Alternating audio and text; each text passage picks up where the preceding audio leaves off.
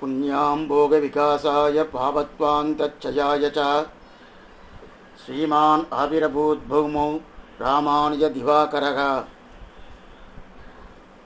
శ్రీనిధినిధిమపారమర్తినాం అర్తిదార్థపరిదానదీక్షితం సర్వభూతసుకృదం దయానిధిం దేవరాజమజిరాజమాశ్రయే శ్రీమత్కాంచీమునిం వందే కమలాపతివందనం వరదాంగ్రి సదాసంగరసాయనభరాయణం దేవరాజదయాపాత్రం శ్రీకాంచీపూర్ణముత్తమం రామానుజమునేర్మాణ్యం వందేహం సజ్జనాశ్రయం. కాంచి దేవపెరుమాళ్ ఆశ్చర్యమైన 6 వార్తలు ఇచ్చారు. ఆ 6 వార్తలు పెట్టుకొని స్వామి రామానుజుల వారు పరిపూర్ణమైన శ్రీ వైష్ణవ సంప్రదాయాన్ని, దానికి ఉండే ఆ సిద్ధాంతం ఏమనేది పూర్తిగా తెలిపించారు. దాంట్లో 2వ వార్త మనం అనుభవిస్తున్నాము. మొదటిది అహమేవ పరంతత్వం, అది అనుభవించాము. నేనే ప్రధాన కర్త, నేనే పరదేవతుడు అని చెప్పి దేవపెరుమాళ్ చెప్తున్నారు. అది ఎట్లని ఆ శాస్త్రం పెట్టుకొని, శాస్త్రం ద్వారా శివుడిని పరదేవతను ఒక శాస్త్రం చెప్తుంది, బ్రహ్మాని పరదేవుని ఒక శాస్త్రం చెప్తుంది, అదే ప్రకారం శ్రీమన్నారాయణ పరదేవతను ఒక శాస్త్రం చెప్తుంది. అయితే 3 చెప్పినప్పుడు ఎట్లా శ్రీమన్నారాయణ పరదేవతని ఎట్లా నిర్ణయించారనేది మనం చూసాము. దానికి వ్యాకరణ శాస్త్రం పెట్టుకొని, అది కాకుండా శరీరాత్మ భావం అంటేనే భగవంతుడు అందరికీ ఆత్మగా ఉంటాడు, మన అందరూ శరీరంగా ఉంటాం. అందువల్ల ఆ శరీరాత్మ భావాన్ని పెట్టుకొని అది పరదేవుడు శ్రీమన్నారాయణని నిర్ణయించారు. దాన్ని అనుభవించాము. దాంట్లో ఏ విధమైన సందేహాలు లేదు, పూర్తిగా తెలుసుకున్నాము. ఆయన పరదేవతను వచ్చేసిన తర్వాత అప్పుడు సిద్ధాంతం ఏమేమి తెలుసుకోవాలి కదా. ఏది పాలసీ, ఏమి సిద్ధాంతం, ఆ సిద్ధాంతం 1, 2, 3 చాలా ఉన్నదా అని తెలుసుకోవాలంటే సిద్ధాంతం 3 తత్వాలను తెలుసుకున్నాం. ఆ 3 తత్వాలను చెప్పినప్పుడు ఆ 3 తత్వాలు ఏంది? చిత్తేమి, అచిత్తేమి, ఈశ్వరుడు ఏమి, 3 తత్వాలు నిజం. ఆ 3 తత్వాలు ఎప్పుడు నిత్యంగా ఉండేది. ఆ చిత్తు నిత్యంగా ఉంటుంది, చిత్తు నిత్యంగా ఉంటుంది. అదే ప్రకారం ఈశ్వరుడు అనే ఆ పరమాత్ముడు నిత్యంగా ఉంటాడు.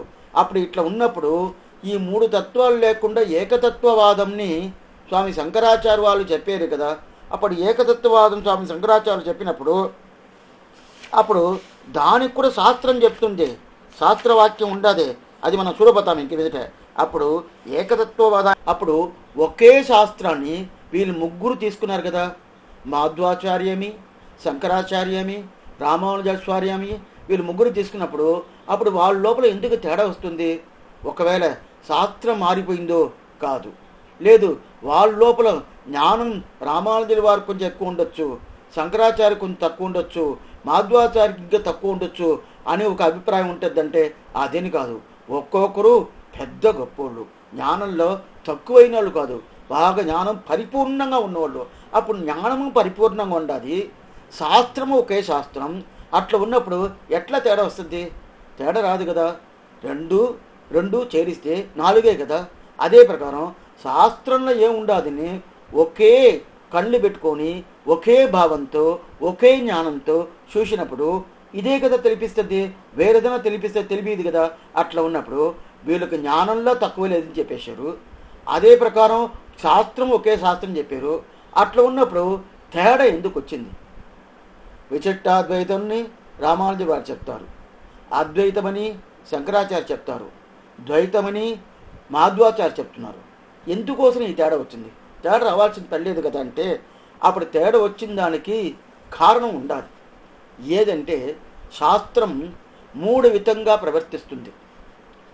శాస్త్రం 3 రకాలుగా ఉంటుంది, 3 భాగాలు ఉంటుంది. ఏమేం భాగాలంటే భేదశ్రుతి, అభేదశ్రుతి, గడగశ్రుతి అంటారు. శృతి అనేది శాస్త్రానికి పేరు. చెవులు ధార, ఈ 2 చెవులకి ఇంకో 2 చెవులకును వాళ్ళు అభ్యాసం చేస్తూ ఉంటారు, అధ్యాపకం అంటారు. ఆ ప్రకారం చేస్తూ ఉన్నప్పుడు దానికి శృతి అని పేరు. ఆ శృతి 3 భాగాలుగా ఉంటుంది. భేద శృతిని ఒకటి, అభేద శృతిని ఒకటి, గడగ శృతిని ఒకటి. దీనివల్లదా తేడా వచ్చింది. అప్పుడు దీనివల్లదా తేడా వచ్చిందంటే అప్పుడు శాస్త్రం తప్ప వస్తుంది కదా. శాస్త్రం తప్పుగా ప్రవర్తించింది, అందువల్ల వీళ్ళు తప్పుగా పెట్టేశారు అని చెప్పుకోవచ్చు. అంటే శాస్త్రం తప్పు చెప్పలేదు. అట్టయితే వీళ్ళు తప్పు చేశారా? స్వామి వీళ్ళు కూడా తప్పు చేయలేదు. అట్టయితే ఏం చెప్తారు స్వామి మీరు? వీళ్ళు తప్పు చేయలేదంటారు, శాస్త్రం తప్పు చేయలేదంటారు. ఏదో ఒకటి తీసుకురాని పోయాను, షాపుకి పోయినప్పుడు తీసుకురావాల్సిన వస్తువు తీసుకురాలేదంటే ఒకటి షాపోడు తప్పుగా ఇచ్చి ఉండాలా, నేను లేదంటే నేను తప్పుగా అడిగి ఉండాలా. ఈ 2దా ఉండాలి, వేరే ఉండదు కదా. ఎవరే ఒక్కరి దగ్గర తప్పు ఉండొచ్చు. ఒకటి షాపోడు దగ్గర తప్పు ఉండాలా, లేదంటే నేను అడిగిన దాని దగ్గర తప్పు ఉండాలి. ఇది 2 రీజనే ఉంటుంది కానీ మిగతా ఏం ఉండదు కదా. అదే ప్రకారం ఇప్పుడు ఒకటి శాస్త్రం తప్పు ఉండాలా, లేదు శాస్త్రం చూసిన వాళ్ళు ఎవరో, అది శంకరాచార్యగా ఉండొచ్చు, మాధ్వాచార్యగా ఉండొచ్చు, రామానుజు వారిగా ఉండొచ్చు, ఈ 3లో తప్పు చేసి ఉండొచ్చు. అట్లా కదా అంటే శాస్త్రము తప్పు కాదు, ఈ 3 తప్పు కాదంటే ఎలా స్వామి? ఎట్లది వస్తుంది? ఏదంటే లేదు, చూస్తాం, దానితో చూడబోతాము. 3 తప్పు కాదని పూర్తిగా చెప్పను కాదు, అయినా కూడా తప్పు లేదని కూడా చెప్పచ్చు.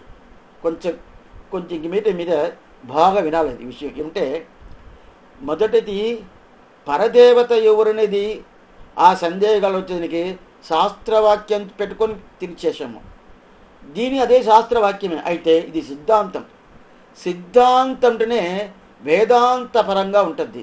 వేదాంతపరంగా ఉండాలంటేనే దానికి కొంచెం శ్రమంగానే ఉంటుంది.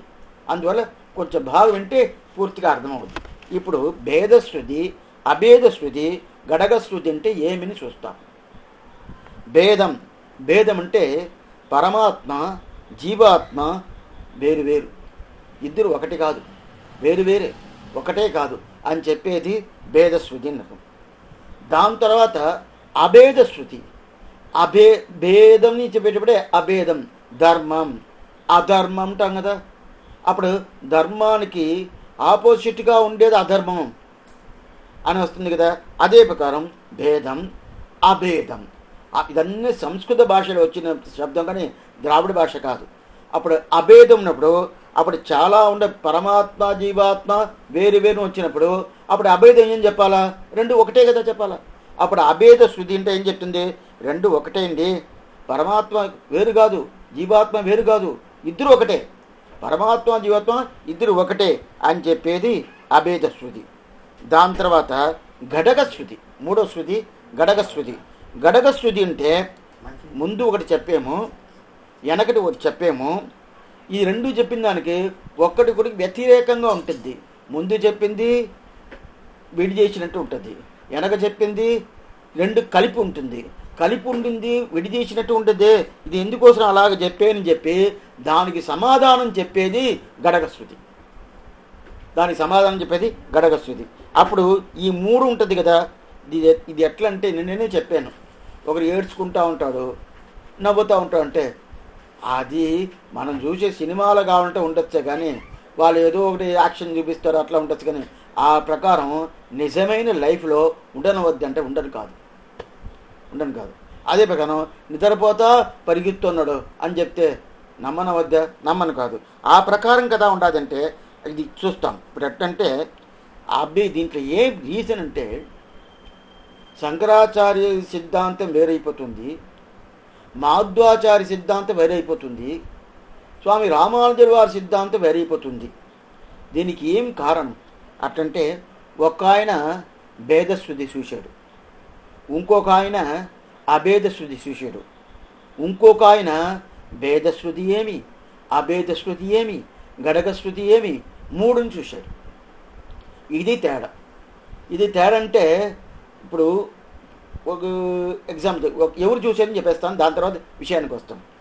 అప్పుడు భేదం అభేదం, భేదశృతిని చూసింది మాధ్వాచార్య. ఆయన ఏం చేశాడు? శాస్త్రంలో 3 శృతులు ఉన్నాయి కదా, 3 శృతులు కలిపిందిదా శాస్త్రం, వేదం వేదాంతం. అప్పుడు 3 శృతిలో ఒక శృతి మాత్రం ఒకరు చూశారు. అప్పుడే భేద శృతిని చూసింది మాధ్వాచార్యులు. ఆయన అంతా ఉన్నది పరమాత్మ వేరు జీవాత్మ వేరు అని చెప్పేశాడు. అభేద శృతిని చూసింది శంకరాచార్య వాళ్ళు. ఆయన ఏం చేశాడు, పరమాత్మ జీవాత్మ రెండు ఒకటే కదా, ఆయన ఇది కాదు అది కాదు కదా, జీవుడే బ్రహ్మం, బ్రహ్మమే జీవుడు అని చెప్పి ఆయన ఆ శృతులంతా ఏం చెప్తుందో దాన్ని తీసుకునేసాడు. జీవుడు వేరు బ్రహ్మం వేరు అని చెప్పే శాస్త్రవాక్యాన్ని తీసుకుంది అది భేద శృతి. ఆ భేద శృతిని తీసుకుంది మాధ్వాచార్యులు. జీవుడు బ్రహ్ముడు రెండు ఒకటే, ఇద్దరు సపరేట్ కాదు, ఇద్దరు ఒకటే. జీవో బ్రహ్మైవ నాపరగా ఇది వేదాంత డిండిమగా అని శంకరుడు ఆయన చెప్పే ఆశ్చర్యమైన ఒక శబ్దం. ఆ శబ్దంలో ఏం చెప్తుందంటే బ్రహ్ము జీవుడు రెండు ఒకటే అని చెప్తుంది. అప్పుడు ఇది రెండు ఒకటే అని చెప్పి శాస్త్రవాక్యం చెప్తుంది. ఆయన ఏమో శాస్త్రవాక్యం చెప్పకుండా ఏం చెప్పలేదు, అదే ప్రకారం రెండు వేరుని శాస్త్రవాక్యం చెప్తుంది. దాన్ని పెట్టుకొని మాధ్వాచార్యులు చెప్పారు, అదే శాస్త్రవాక్యాలను పెట్టుకొని శంకరాచార్యులు చెప్పారు. వీరిద్దరూ 2 శృతులు చూసేశారు. భేద శృతిని చూసింది మాధ్వాచార్యులు, అభేద శృతిని చూసింది శంకరాచార్యులు. ఇప్పుడు మిగతా ఎవరున్నారు, స్వామి రామానుజులు వారు ఉన్నారు. ఆయన ఏం చూశారంటే గడగ శృతి చూశారంటే అట్ట చూడాల. ఆయన చూసింది భేద శృతి, అభేద శృతి, గడగ శృతి, 3 శృతిని చూశారు. ఇది బాగా తెలుసుకోవాలి. ఇప్పుడు ఒక పుస్తకం ఇచ్చారు, ఒక గ్రంథం ఇచ్చారు.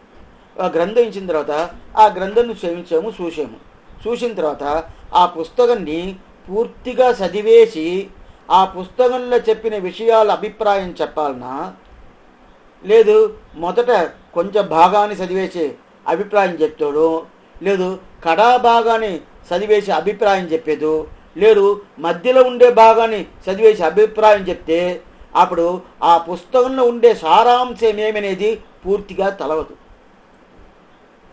అప్పుడైతే ఏం చేయాలా, పుస్తకం పూర్తిగా చదవాలా. నాకు తెలిసిన వరకు ఇంతవరకు చదివితే చాలండి, మిగతా అంతా అదే అట్లని చెప్పను కాదు. లేదండి లాస్ట్లో ఏం రాసిండారో అది తెలుసుకుంటామండి, అది తెలుసుకొని దాని సారాంశం చెప్తే చాలండి, అదే ఈ పుస్తకానికి సారాంశం చెప్పనవద్దంటే చెప్పను కాదు. మధ్యలో ఉండేది ఏమండి చూస్తామే, దాని ఏం చెప్తుందో అదే సారాంశాన్ని చెప్పనవద్దంటే చెప్పను కాదు. పూర్తిగా చదవాలా. పూర్తిగా చదివిన తర్వాత దాని సారాంశం ఏం చెప్తుంది చూడాలి కదా. అట్లా చూసేద్ద ప్రధానమే. కానీ ఇప్పుడు కొన్ని డ్రామాలంతా వేస్తూ ఉంటారు. ఆ డ్రామాలు వేస్తూ ఉంటారు. ఇప్పుడు వాళ్ళు చాలామంది చెడ్డోళ్ళుగానే ఉంటారు. అది చెడ్డోళ్ళుగానే ఉంటారు అనుకోండి. కానీ చెడ్డోళ్ళు ఉన్నారంటే అదేమో తెలియదు. లాస్ట్లో ఆయన మంచోడుగా మారిపోతూ ఉంటాడు. అప్పుడు ఎవరో ఒకరు ఆయన తుపాకీతో కాల్చేసి చచ్చిపోతాం అంటే ఆయన ప్రాణం పోతుంది. అదేమో తెలియదు. మంచోడుగా ఆయన మారిపోయాడంటే వెంటనే ఆ డ్రామా వేసే డ్రామాకర్త ఏం చేస్తాడు, ఆయన చంపేస్తాడు. ఇది డ్రామాలో జరుగుతుంది. అయితే మంచోడుగా ఉన్నప్పుడు పోతున్నాడు కదా, ఆ ప్రకారం ఉండకూడదు. ఇది ఎట్లా ఉండాలంటే ఏదైనా ఒక పుస్తకం తీసుకుంటే ఆ పుస్తకంలో పూర్తిగా చదవాలా. సగం చదివేసి కాల్భాగం చదివేసి ఏదో ఈ పక్క చదివేసి దాని అర్థాలని చెప్తే అనేకంగా ఇప్పుడుండే కాల పరిస్థితిలో పూర్తిగా చదివేదానికి చాలామందికి అవకాశం లేదు, వాళ్ళకి టైం లేదు. అది ఏదో పైతో రెండు శబ్దాలు చదివేసి ఇద్దా చెప్తుందని కొంతమంది రాచేస్తారు. అందువల్లదా శాస్త్రం ఏం చెప్తుందో అది దానికి తప్పుగా ప్రవర్తించే ఒక స్థితి వచ్చేస్తుంది. అప్పుడు పుస్తకం పూర్తిగా చూడాలి కదా. పూర్తిగా చూస్తే అప్పుడు తెలిసిపోద్ది. పుస్తకం అంటే ఏమర్థం, శాస్త్రం అనే ఒక పుస్తకాన్ని పూర్తిగా శంకరాచార్యులు చూడలేదు. అదే శాస్త్రం అనే పుస్తకాన్ని మాధ్వాచార్యులు పూర్తిగా చూడలేదు. అదే శాస్త్రం అనే ఒక పుస్తకాన్ని స్వామి రామానుజుల వారు పూర్తిగా చూశారు. సరే స్వామి వాళ్ళు ఎందుకు చూడలే, ఈయన ఎందుకు చూశాడు, అట్లా దీనికి తేడా ఏదైనా ఉండాలి కదా. మీరు మొదట చెప్పారు కదా, వాళ్ళకి జ్ఞానం ఉండాలి, అపారమైన జ్ఞానం ఉండాలని చెప్పారు, ఈయనకి జ్ఞానం ఉండాలని చెప్పారు. అప్పుడు జ్ఞానం ఉండేటోళ్ళు అయితే పూర్తిగా పుస్తకాలు చూస్తారు కదా. అప్పుడు చూసుకుని ఎందుకు చేసంటే వాళ్ళు ఏమంటే జ్ఞానం ఉన్నా కూడా ఎప్పుడైనా కానీ ఒక విషయంని మనం తెలుసుకోకముందు నిర్ణయించేమంటే ఆ విషయాన్ని మనం పూర్తిగా దాంట్లో ఉన్నది అనే అభిప్రాయంలోనే ఆ పుస్తకాన్ని చూస్తాం. దీంట్లో చాలా తేడా ఉండదు. ఒక విషయం చెప్తాను. ఒకడేం వచ్చాడు, స్వామి ఒక పుస్తకం ఇచ్చాడు, ఇది బాగా తెలుసుకోండి, దీని అర్థం తెలుసుకుంటే దీనికి ఆన్సర్ దొరకద్ది. పుస్తకం ఇచ్చాడు, ఆ పుస్తకం చూసేసి మీ అభిప్రాయం చెప్పండి అని చెప్పి పుస్తకం ఇచ్చేసాడు. ఆయన చదవని స్టార్ట్ చేశాడు. ఇంకొక ఆయన దగ్గరికి ఆ పుస్తకం ఇచ్చాడు. పుస్తకం ఇచ్చిన తర్వాత ఆయన చూశాడు. చూసిన తర్వాత ఇద్దరు వేరే వేరే మాట చెప్తున్నారు. ఏం చెప్తున్నారంటే, ఈ పక్క ఆయన, ఏ స్వామి నేను ఏం చెప్పాను, నేను చెప్పిన విషయం ఆ పుస్తకంలో చూపిస్తాను ఒక ఆయన చెప్పాడు. ఇంకొక ఆయన చెప్పాడంటే, పుస్తకంలో ఏముండదో అది నేను చెప్తాను చెప్పాడు. ఈ రెండుకి తేడా ఉంటుంది. నేను చెప్పిన విషయం పుస్తకంలో చూపిస్తా అని చెప్పేదానికిను, అదే ప్రకారం పుస్తకంలో ఏం విషయం ఉండాది, ఏం అర్థం చెప్పున్నారో అది నేను చెప్తున్నా అనేది అనుకో చాలా తేడా ఉండాది. మనం అనుకున్నట్టు కాదు. ఏమంటే, నేను చెప్పిన ఒక విషయాలు పుస్తకంలో చూపిస్తా అంటేనే నేను నిర్ణయం చేశాను ఏదని, నా నిర్ణయం ప్రకారం పుస్తకంలో నేను తీసుకుపోయి దోపతాను అర్థం. దోపుతానంటే చెప్తాం, ఎక్కడెక్కడంతా నా నిర్ణయం ప్రకారం వస్తుందో దాన్ని తీసుకుంటాను, ఎక్కడంతా నా నిర్ణయం ప్రకారం రాలేదంటో దాన్ని వదిలేస్తాను. ఇది నేను చెప్పింది పుస్తకంలో ఉండాలని చూపిస్తానని చెప్పిన మాటకి అర్థం. అదే పుస్తకంలో ఉండేది నేను చెప్తానని అని వస్తే అప్పుడు ఏది వదలపోయేది లేదే, అయితే నా అభిప్రాయం ఏమీ లేదే. నాదేదైనా అభిప్రాయం ఉంటే కదా, నా అభిప్రాయం ఏమీ లేదు. ఎప్పుడు నాకు అభిప్రాయం లేదో అప్పుడు పుస్తకం ఏం అభిప్రాయం చెప్తుందో అభిప్రాయం చెప్తాను కదా, పుస్తకం ఏం అభిప్రాయం చెప్తుందో అది అట్లనే తీసుకొచ్చి పెట్టేస్తాను. అట్లనే తీసుకొచ్చి పెట్టినప్పుడు దాంట్లో ఏ విధమైన సంకోచమో సందేహాలు ఏమి రాదు. అదే నేను మొదట నిర్ణయించాను స్వామి, ఇది సిద్ధాంతం అని నిర్ణయించేశాను.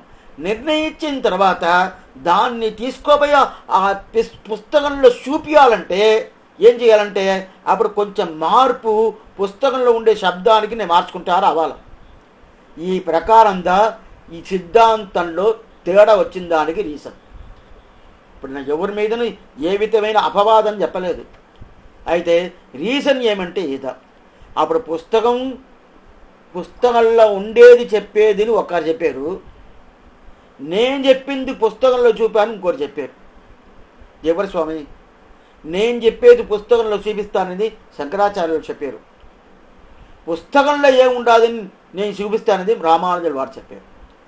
ఇది తేడా. ఈ తేడా వల్లదా అట్లయితే వాళ్ళకి తెలవదా స్వామి, వాళ్ళకి జ్ఞానం ఉండాలని చెప్పారే తెలవదంటే, భగవంతుడు ఒక్కొక్కరిని ఒక్కొక్క సృష్టిస్తాడు. ఇది దీనికోసం, వీళ్ళు దీనికోసం, వీళ్ళు దీనికోసం, వీళ్ళు దీనికోసం వాళ్ళు సృష్టిస్తారు. భగవద్ రామానుజని దీనికోసం సృష్టించారు, శంకరాచార్యుని వేరే ప్రయోజనం కోసం సృష్టించారు, మాధ్వాచార్యుని వేరే ప్రయోజనం కోసం సృష్టించారు.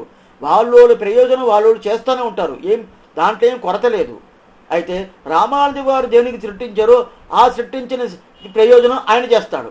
ఆ ప్రకారం జరిగిందే కానీ దీంట్లో ఏ విధమైన కొరత లేదు. అట్టయితే మీరు ఆయన సిద్ధాంతం సరికాదు, శ్రీ వైష్ణవ సిద్ధాంతం బాగుంటుంది, అద్వైతం సరికాదు, విశిష్టాద్వైతం బాగుంటుంది అంటే సిద్ధాంతం అనేది వేరు, మతం అనేది వేరు. అది తెలుసుకోవాలి. సిద్ధాంతం అనేది వేరు, మతం అనేది వేరు. మతం వచ్చి ముగ్గురికి వైష్ణవ మతమే. బాగా తెలుసుకోండి. ఇది తెలుసుకుంటేదా పైక శంకరాచార్యులకి, రామానుజుల వారికి, మాధ్వాచార్యుల వారికి అంతే తేడా కనిపించలేదని అప్పుడు అర్థమవుద్ది. మతం అనేది ఒకే మతమే, ముగ్గురు వేరు వేరు మతం కాదు. మతం వేరు, సిద్ధాంతం వేరు. మతం అంటే ఏంది? శ్రీ వైష్ణవులే అందరూ. వైష్ణవ సంప్రదాయమే మాధ్వాచార్య మతము, అదే వైష్ణవ సంప్రదాయమే శంకరాచార్య మతము, అదే వైష్ణవ సంప్రదాయమే రామానుజుల స్వామి మతము. అయితే సిద్ధాంతం వేరవుతుంది. సిద్ధాంతం ఏమి? అద్వైతం అనేది శంకరాచార్యులకు వచ్చేసింది, ద్వైతం అనేది మాధ్వాచార్యులకు వచ్చేసింది, విశిష్టాద్వైతం అనేది స్వామి రామానుజుల వారికి వచ్చింది.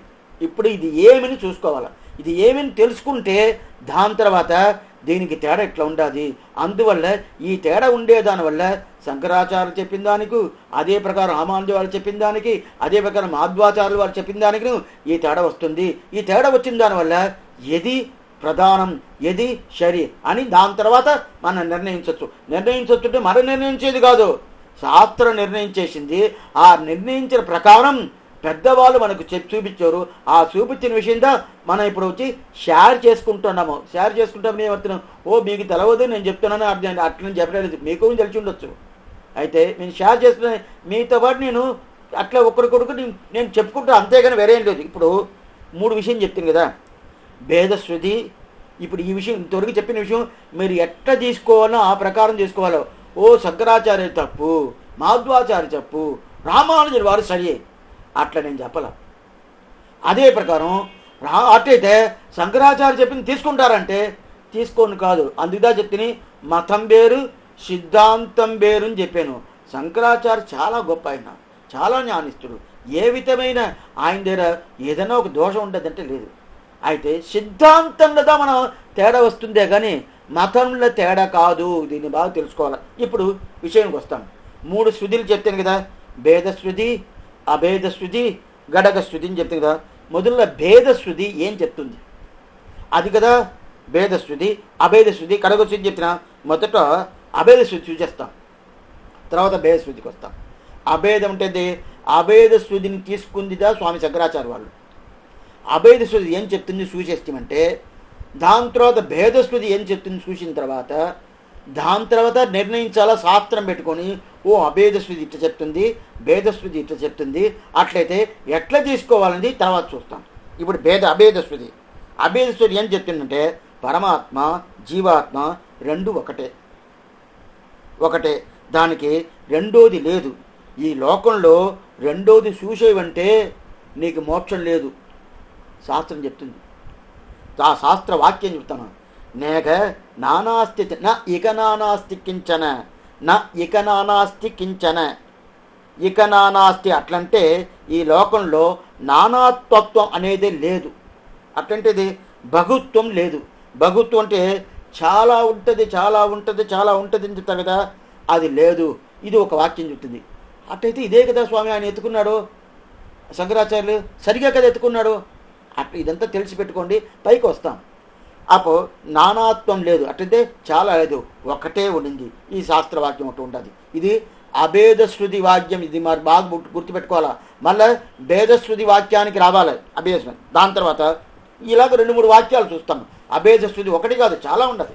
అదే ప్రకారం భేదశ్రుతికి చాలా ఉండదు, చూస్తాం. అభేదశ్రుతి ఐతదాఖ్యం ఇదం సర్వం తత్సత్యం సవాత్మ తత్వమతి శ్వేతకేతు. ఇది అద్వైతులకి తత్వమతి తం తత్వమసి తత్ త్వం అసి, ఇదా వాళ్ళకి మహావాక్యం అంటారు. ఈ వాక్యాన్ని మహావాక్యం తత్వమసి అది ఏమి అర్థమని తర్వాత చూస్తాం. తత్వమసిన ఐతదాఖ్యం ఇదం సర్వం తత్సత్యం సహాత్మ సత్వమతి శ్వేతకేశో ఐతదాఖ్యం ఇదం తరం తత్సత్యం. మీరు చూస్తున్నారే, మీరు చూస్తున్న ఒక్కొక్క వస్తువును అన్ని నిజమే. అయితే దాంట్లో ఏమంటే జీవాత్మను పరమాత్మ ఏంది ఒకటే, రెండు కాదు. మిగతా జీవాత్మ పరమాత్మ రెండు ఒకటే. అది కాకుండా బ్రహ్మ ఒకటే ఉండదు. మిగతా ఏది నిజం కాదు, అన్నీ అబద్ధం, బ్రహ్మ ఒకటే నిజం అని ఈ వాక్యం చెప్తుంది. దాని తర్వాత ఇంకో వాక్యం సర్వం కలు ఇదం బ్రహ్మ తజ్జలాన్. ఇది శాంత ఉపాసీత. సర్వం కలు ఇదం బ్రహ్మ ఇది శాంత ఉపాసీత అని ఒక వాక్యం. ఈ వాక్యం ఏం చెప్తుందంటే, మనం కళ్ళారు చూస్తున్నాము కదా, మన కళ్ళారు చూసే వస్తువు ఏది చూసినా బ్రహ్మమే. ఏది చూసినా బ్రహ్మమే. నేను మిమ్మల్ని చూస్తున్నా కదా, మీరు బ్రహ్మమే. మీరు నన్ను చూస్తున్నారు కదా, నేను బ్రహ్మమే. మిగతా ఏది లేదు, ఒక్కటి కూడా లేదు. బ్రహ్మం ఒకటే ఉండదు. నేగనానాస్తి కించన, లోకంలో వేరే ఏం లేదు. తత్వమతి శ్వేతకేతు, అది ఏంది ఒకటే ఉండదు, మిగతా ఏం లేదు. శ్వేతకేశు ఉత్తాలకర్ అనే ఒక పెద్ద ఆయన తండ్రి, ఆయన తండ్రి శ్వేతకేశుని చూసి, ఏ శ్వేతకేశు నువ్వేం చేస్తావు, ఒకటే ఉండదు, మిగతా ఎవరు లేదు, అన్ని అబద్ధాలు అని చెప్పి ఆయన చెప్తున్నాడు. ఇంకోటి సర్వం కలు ఇదం బ్రహ్మ, మీరు చూసే వస్తువు ఏది చూసినా ఒకటే, మిగతా అంతా ఏం లేదు అని చెప్పారు. అప్పుడంటే ఏమవుతుందంటే, మిగతా ఏం చూడబాక, ఒకటే చూడు, నువ్వే బ్రహ్మం, ఇంకొక బ్రహ్మం లేదు అని చెప్పి ఈ ప్రకారం వాక్యాలతో వచ్చినారు. శాస్త్రమే చెప్తుంది, లేదు అని చెప్పలేదు. శాస్త్రమే నువ్వే బ్రహ్మం అని చెప్తుంది. ఈ ప్రకారం వాక్యాంజన అప్పుడు ఏం చేస్తుంది? స్వామి సరిగా ఉండాలి స్వామి, శంకరాచార్య వాళ్ళు చెప్పింది సరియే కదా, అదే కదా అని చెప్పాడు. ఏం చెప్పాడు? బ్రహ్మ సత్యం జగతి మిథ్య జీవో బ్రహ్మైవ నాపరగా, ఇది వేదాంత డిండిమగా. ఆయన చెప్పిన వాక్యం ఇది. బ్రహ్మ సత్యం, బ్రహ్మ ఒకటే సత్యం. జగతి మిథ్య, మిథ్య అంటే అబద్ధాలని అర్థం. మిథ్య అంటే అబద్ధం. జగతి మిథ్య, ఈ జగతం అనేది మిథ్య. జీవో బ్రహ్మైవ నాపరగా, జీవుడు బ్రహ్మని విడివిడిగా చూడబాక, జీవుడే బ్రహ్మం అని ఏం చెప్తుంది? ఇది వేదాంత దిండిమగా, శాస్త్రమే ఇద్దా చెప్తుంది. ఇది ఎవరు చెప్పింది? శంకరాచార్య చెప్పారు. అప్పుడు బ్రహ్మం ఒకటే సత్యం, అది కాకుండా జీవం లేదు, బ్రహ్మ ఒకటే ఉండదు, మిగతా ఏం లేదు అని చెప్తున్నారు కదా. అప్పుడు బ్రహ్మం ఒకటే సత్యం చూసినప్పుడు అప్పుడు మిగతా ఆత్మాలతో ఉండాలని చెప్తే ఆ ఆత్మాలని అబద్ధాలు. పరమాత్మ ఒకటే నిజం, మిగతా ఏమీ లేదు. అట్లయితే పరమాత్మ ఒకటే ఉండాలని చెప్తే అట్లయితే మనం ఆయన చూసి అడిగాం, సారీ స్వామి పరమాత్మ ఒకటే అని చెప్తే అడుగుతున్నా, అప్పుడైతే మేము పోయి సేవించవచ్చా? లేదు, మీరు లేదు నేను లేదంటారు, మీరు లేదు నేనుదా. అట్లయితే ఆయన ఏం చెప్తున్నా అంటే, అర్చక స్వామి ఉంటారు కదా, గురుక్కలు ఉంటారు చూడు, ఒక మంది ఆయన పంతులు ఉంటారు. ఆ పంతులు అనేది నిజం అంటే ఆయన అబద్ధం. సరే స్వామి అక్కడ పొరపాటు అవుతుంది, పెరుమాళ్ళకి పొరపాటు అవుతుంది. ఆయన ఎలా చేసుకొని పోతారు? శ్రీపాద తాంగిలు ఉంటారు, వాళ్ళు తీసుకుపోతారు కదా పెరుమాళ్ళు ఎలా చేసుకుని, వాళ్ళు ఉండారా? వాళ్ళు కూడా అబద్ధమే. సరే స్వామి ముందుగా గోష్ఠి పోతుంది, అధ్యాపకులు పోతున్నారే వాళ్ళు ఉండారా? వాళ్ళు కూడా అబద్ధమే. అట్టయితే ఏది నిజం? భగవంతుడు శ్రీమన్నారాయణ శబ్దం కూడా చెప్పరు, బ్రహ్మం బ్రహ్మంటు. ఆ బ్రహ్మం సరే, ఆ బ్రహ్మం ఒకటే నిజం, మిగతా ఏది చూసినా అబద్ధమే. గుడి గోపురాలు అర్చకర స్వాములు అదే ప్రకారం ఎలా చేసుకున్నటోళ్ళు, పుష్పం చందనం అదే ప్రకారం ఏదేది ఉన్నదో అన్నీ అబద్ధమే. మిగతా ఏది నిజం? బ్రహ్మం ఒకటే నిజం. సరే స్వామి ఆ బ్రహ్మం ఒకటే నిజం అంటారే, అప్పుడు ఆయన పోయి సేవించొస్తా? ఉన్నారు కదా, తిరువేంకటమయ్య ఉన్నారు, శ్రీనివాసుడు ఉన్నారు, ఏడుకుంట్ల వారు ఉన్నాడు, శ్రీరంగుల రంగనాథుడు ఉన్నాడు, తిరువల్లికైన పార్సాది ఉన్నాడు, ఎన్నెన్ని దివిదేశంలో అగోబులు నరసింహస్వామి ఉన్నారు. అది పోయి సేవించవచ్చమంటే సేవించని కాదనేసాడు. ఏమిండి ఆయన సేవించకూడదా? బ్రహ్మ ఒకటే చెప్పారంటే లేదు లేదు, ఆయనకు రూపమే లేదు. ఇది రెండోది, ఆయనకు రూపమే లేదు. రూపం అంటే ఆయనకి ఫామ్ ఉండాలి కదా, ఈ రూపంతో ఉండాలి కదా. బ్రహ్మానికి రూపం ఉండాలంటే రూపం లేదు. అప్పుడు ఆయనకి శరీరం లేదా? ఆయనకి శరీరం ఉండాదని చెప్తారంటే అబద్ధాలు, అది అబద్ధాలు. ఈ ఆప్తి వచ్చేసింది. మొదట ఆప్తి ఏంది? బ్రహ్మం తప్ప మిగతా ఏం లేదని చెప్పేశాడు. సరే స్వామి బ్రహ్మం ఒప్పుకుంటాను, ఆయన ఒకటే ఉంటారు, వేరే ఎవరు లేదు లోకంలో ఒప్పుకుంటానని చూస్తే కూడా ఆయన బ్రహ్మమే మీ కళ్ళారా చూడను కాదు. ఎట్లా చేయాలంటే ఆయనకు రూపమే లేదు, ఆయనకి శరీరం ఉంటే కదా చూసేయనికి. ఆయన కళ్ళు చెవులు మూతి ముఖం ఏది లేదు, ఏదే లేదు, ఏం లేదు. బ్రహ్మసత్యం ఏకమేవ తత్వం. ఆ ఏకమేవ తత్వంలో బ్రహ్మసత్యం జగన్ మిథ్య, జగత్లో ఉండేది ఈ జగం అంటే ఈ లోకమే అబద్ధం. అప్పుడు ఎట్లా ఉంటుంది తెలుసా? దానికి ఒక ఎగ్జాంపుల్ ఇస్తారు. ఈ ఇప్పుడు మన కాలక్షేపం వింటున్నాం కదా, కాలక్షేపం అబద్ధం, కాలక్షేపం చెప్పేది అబద్ధం, కాలక్షేపం వినేది అబద్ధం. స్వామి వింటున్నాం కదా, ఇది ఎట్లనేది లేదంటే దానికి ఒక ఎగ్జాంపుల్ చెప్తున్నాను, ఆశ్చర్యమైన ఎగ్జాంపుల్. ఇదంతా శ్రీభాష్యం అనే ఒక గ్రంథంలో ఇదిదా బ్రహ్మసూత్రం వ్యాసులు రాసింది. ఆ బ్రహ్మసూత్రుల వ్యాసులు ఏం రాసిండారో ఆ రాసిన రాతదా దానికి భాష్యం రాసిందా శ్రీభాష్యం. ఇది పూర్తిగా శ్రీభాష్యం ఎత్తిండారు. దాన్ని వ్యాఖ్యానాన్ని ఫిల్టర్ చేసిదా మీకు చెప్తున్నాను. ఇప్పుడు ఇది వచ్చి ఇప్పుడు మనం హైవేస్లో పోతూ ఉంటాం.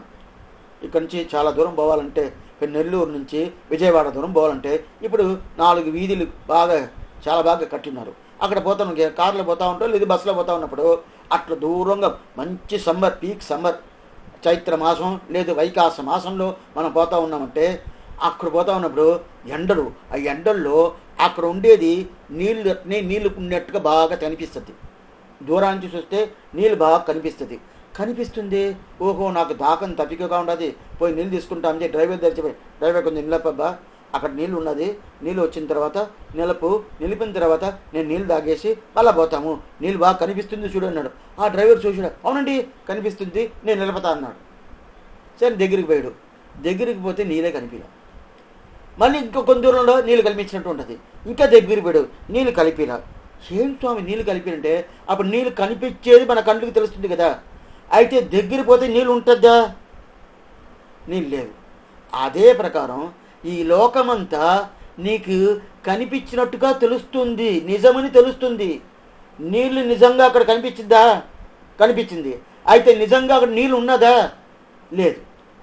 ఎట్లా అక్కడ నీళ్ళు కనిపించినా కూడా పోయి చూస్తే నీళ్ళు లేవు కదా. అదే ప్రకారం ఈ లోకమంతా ప్రత్యక్షంగా మన కళ్ళారా చూస్తే కదా అది నిజం కాదు. ఎలాంటిది? ఎట్లా మన హైవేస్లో పోతా ఉన్నప్పుడు అప్పుడు ఆ కొసాన ఉండే ఒక దారిలో నీళ్లు కనిపిస్తే, ఓ నాకు దాకం తబిగ్గా ఉండదు, నీళ్ళు తీసుకోవాలని చెప్పి ఆ దగ్గరికి పోతే నీళ్ళు కనిపించలేదు, అట్లనే పోతూ ఉంటుంది. అదే ప్రకారం ఇప్పుడు ఏమైపోయింది, ఈ లోకమంతా మనకి ప్రత్యక్షంగా కనిపించినా కూడా నీళ్ళలాగా లేదు. అద్దా నిజం. అప్పుడు ఇది లోకం అబద్ధమా నిజమా? అబద్ధమే. ఇది ఆయన చెప్పింది. ఇది దీంతో ఆయన ఇప్పుడు దీనికి మన ఆన్సర్ చెప్పాలా. ఇప్పుడు దీంతో ఆయన నిలపల ఏం చేశాడు? అది కాకుండా ఈరోజు చూసేసిపోయాము కదా, నీళ్ళు లేదని చూసేసిపోయాము. చూసేసిపోయిన తర్వాత రేపు మళ్ళీ అక్కడి నుంచి రిటర్న్ వస్తూ ఉన్నప్పుడు అదే ప్రకారం మధ్యాహ్నం వేళ వస్తున్నప్పుడు మళ్ళీ అదే ప్రకారం నీళ్ళు కనిపిస్తుంది. ఎట్లా స్వామి? నిన్న చూసిన తర్వాత నీళ్ళు కనిపించింది. సరే నీళ్ళు దాకని తబ్బిగ్గా ఉండి తీసుకుంటాం, పోతే నీళ్ళు లేదు అక్కడ. అప్పుడు నీళ్ళు లేదని తెలిసిన తర్వాత ఈరోజు ఆ నీళ్ళు కనిపించకూడదు కదా, ఈ రోజున కనిపిస్తుంది. దీనికి ఇంకో ఎగ్జాంపుల్ చెప్తాను. ఇది బాగా తెలుసుకుంటేదా పైకి మీకు దీని అర్థం ఏమని తెలుస్తుంది. ఆయన ఎంత బాగా చెప్పున్నారని తెలుసుకోవాలి. ఇప్పుడు రాత్రిలో ఒక 10:30-12 గంటలకి ఏదో ఒక అడవిలో ఏదో ఒక గుడిసె వేసుకొని ఒక ఆయన ఉన్నాడు. అక్కడ పాములు పురుగులు అంతా తిరుగుతూ ఉంటుంది. అయితే అక్కడ ఏమైంది, చీకటిగా ఉన్నప్పుడు తలుపు తీసుకొని లోపల పోయినప్పుడు అప్పుడు ఒక పాము పండుకొని ఉంది. ఇట్లా పండుకొని ఉంది. అయితే అది పాము కాదు, అది తాడు ఇట్లా వేసి అట్లా వేసేసారు. అది చీకటి కాబట్టి పాము అనుకున్నాడు. పాము అనుకొని ఓ పాము అని భయపడిపోయాడు. ఆనాక ఉండు పాముదా కొట్టాలి కదా, దీపం వెలిగిస్తామని దీపం వెలిగించాడు. దీపం వెలిగించిన తర్వాత చూస్తే ఓ ఇది పాము కాదు, ఇది తాడు పోయి పాము అనుకున్నానే, ఏంది నాది అజ్ఞానం, ఇట్లా అయిపోయిందే అని చెప్పి వదిలేశాడు. అయితే ఆ తాడుని తీలా అట్నే వదిలేసి ఆయన కార్యక్రమాలు చూసుకున్నాడు. మళ్ళీ పోయాడు. మళ్ళీ మరుసటి రోజు అదే ప్రకారం రాత్రి వచ్చాడు. ఆ తాడు అక్కడనే ఉండదు. ఆ తాడు అక్కడనే ఉన్నప్పుడు మళ్ళీ తలుపు తెరిచి చీకటి కొన్నది కదా, చీకటి కొన్నది. ముందు రోజు ఆ తాడుని పామును అనుకున్నాడు కదా, ఇప్పుడు ఈరోజు అదే ప్రకారం ఇప్పుడు పామును వాడు కంట్లో కనిపిస్తుందంటే కనిపించదు. ఏం కనిపిస్తుంది? అది తాడును కనిపిస్తుందే కానీ పామును కనిపించదు. ఎందుకంటే ముందు రోజు ఇది పామును అనుకొని పాము కాదు తాడును తీర్మానం అయిపోయిన తర్వాత ఇంక మీద ఆ తాడు అనే గుర్తు వచ్చిన తర్వాత ఇంకా పాము కాదు ఇది తాడే అని పూర్తిగా ఈ మనసుకు వచ్చేసరికి ఇంకా ఆయనకి ఏం కనిపించదు, పాము అనేది కనిపించదు, తాడు అనేదే కనిపిస్తుంది రాత్రి చీకటి అయినా కూడా. అయితే అదే ప్రకారం ఈ హైవేస్లో వస్తూ ఉన్నప్పుడు ముందు రోజు నాకు నీళ్ళు కనిపించింది, నీళ్ళు లేదని తెలుసుకునేసాను. అందువల్ల మరుస రోజు వచ్చేటప్పుడు నాకు నీళ్ళు కలిపియకూడదు కదా, ఆ మరుస రోజు నాకు నీళ్ళు కనిపిస్తుంది. అయితే ఈ రాత్రిట్లో నన్ను తాడుని చూసుకొని పాముని చెప్పాను కదా, అది మరుస రోజు నాకు పామును కనిపిస్తుంది అంటే కనిపించదు, తాడుందా నాకు కనిపిస్తుంది. ఎంత తేడా చూడండి. మొదట్లో అక్కడ చూసినప్పుడు పామునుదా కనిపించి తాడు అయిపోయిన తర్వాత మళ్ళీ పాము కనిపించేయలేదు. అదే ప్రకారం నీళ్లు చూశాను, నీళ్ళు కాదని తెలుసుకున్నాను. నీళ్ళు కాదని తెలుసుకున్న తర్వాత మరుస రోజు వచ్చినప్పుడు ఓ నీళ్లు కాదని కనిపించాలి కదా, నీళ్ళు లేదండి అని తెలవాలి కదా, నీళ్ళే కనిపిస్తుంది. నిన్న ఎట్లా నీళ్ళు కనిపించిందో అదే ప్రకారం నీళ్ళు కనిపిస్తుంది. అయితే నాకు మనసుకి తెలుస్తుంది అది నీళ్ళు కాదని తెలుస్తుంది. అయితే కనిపించేది నీళ్ళు కనిపిస్తుంది. అయితే ఇక్కడ నాకు తాడే కనిపిస్తుంది కానీ పాము కనిపించలేదు. ఇది తేడా. అదే ప్రకారం శంకరాచార్య ఏం చెప్తున్నారంటే, అదే ప్రకారం నీకు అజ్ఞానం, నీ అజ్ఞానం వల్ల ఏమవుతుంది, ఈ అజ్ఞానం వల్ల ఇదంతా ఒకటిని అనుకుంటావు. ఒకటి కాదు, ఇదంతా ఒకటి కాదు. ఏమంటే రెండోది లేదు. ఏం రెండోది లేదంటే, ఎట్లా ఆ నీళ్ళు అనుకుని అది నీళ్ళు లేకుండా పోయిందో, ఈ ప్రపంచమంతా నిజం నువ్వు అనుకుంటావు. అది నిజమే కాదు, అటుదేమే అబద్ధాలే. కనిపిస్తుందే స్వామి, నేను మాట్లాడుతున్నానే స్వామి అంటే, లేదే నీళ్ళు కనిపిస్తుందే, అది కనిపించలేదని చెప్పు చూస్తాం, చెప్పను కాదు కదా. అదే ప్రకారం ఈ లోకం నీకు కనిపిస్తుంది, అంతేగాని లోకము అబద్ధం. ఎట్లా నీళ్ళు అబద్ధమైందో అదే ప్రకారం లోకం అబద్ధం. అందువల్ల బ్రహ్మం ఒక్కటే ఉండాలి. ఆ బ్రహ్మానికి రూపం లేదు, ఆ బ్రహ్మానికి ఏదే లేదు. అట్లని చెప్పేశాడు. సరే అని చెప్పేశాడు, బాగానే ఉండదు, తప్పు కాదు, ఏ విధమైన తప్పు లేదు. శాస్త్రం వేరే, నేగ నానాస్తి కంచన తత్సత్యం సత్వపతి శ్వేతకేతు అని వాక్యం, సర్వం కలు ఇదం బ్రహ్మ తజ్జలాన్, ఇలాంటి శాస్త్రవాక్యాలంతా ఇంకా చాలా ఉన్నది. అది ఒక 3 వాక్యాలు దాకా చేసుకున్నాను, దానికే టైం చాలా అయిపోద్దని చెప్పి, అందువల్ల 3 వాక్యాలు, ఇలాంటి వాక్యాలు చాలా ఉండదు. అంటే బ్రహ్మ ఒకటే ఉండదు, మిగతా ఏం లేదు. మిగతా ఏదన్నా చూసేవంటే నీకు సంసారం, నువ్వు నరకానికి పోతావని వేరే శాస్త్రం చెప్తుంది. బ్రహ్మం తప్ప మిగతా ఏదైనా చూసేవంటే నువ్వు నరకానికి పోతావని చెప్పి శాస్త్రం చెప్పేసింది. ఈ వాక్యాలంతా పూర్తిగా పట్టుకున్నారు శంకరాచార్య వాళ్ళు. అట్లయితే స్వామి శాస్త్రం ఏం చెప్తుందంటే బ్రహ్మం ఒకటే చెప్తుంది, మిగతా ఏం లేదు. ఇదే ఉన్నది, శాస్త్రవాక్యాలు ఉండవు. ఇదే నేను అబద్ధం చెప్పలేదే, శాస్త్రం ఏం చెప్తుంది అదే కదా చెప్తాను ఆయన చెప్పేశాడు. సరే మనం నేరుగా ఆయన దగ్గరికి పోయి, సరే స్వామిని ఈ ప్రకారం చెప్పేశారు, శాస్త్రం మీరు పెద్ద ఆయన చెప్పేశారు, ఇప్పుడు మనం ఒక క్వశ్చన్ అడిగాము, అట్టయితే మేమెంతో గుడికి పోవచ్చా పోకూడదా? ఏది లేని చెప్పేశారు కదా. ఆయన ప్రకారం గుడి లేదు, గోపురాలు లేదు, బ్రహ్మం ఒకటే. ఆ బ్రహ్మానికి రూపం కూడా లేదు, బాగా తెలుసు కదా. తిరిమేని అంటారు, తిరిమేని అంటే ఏంది, శరీరం. ఆ బ్రహ్మానికి రూపం లేదు, శరీరం లేదు. అట్లా ఉన్నప్పుడు మేము గుడికి పోవచ్చునా పోకూడదా అండి, మీద ఏమీ లేదని చెప్పేస్తే పోవచ్చునా పోకూడదా అని చెప్పి అడిగితే ఆయన చెప్పాడు, లేదు పొయ్యిదా కావాలంట. అట్టయితే మీరు గుడి ఒప్పుకుంటారా? గుడి ఉండాదని ఒప్పుకుంటారా? మీరు ఇప్పుడే కదా చెప్పారు బ్రహ్మం తప్ప వేరేం లేదని చెప్పారు, గుడి ఉండాలని చెప్పుకుంటే కదా గుడికి పోవాలా?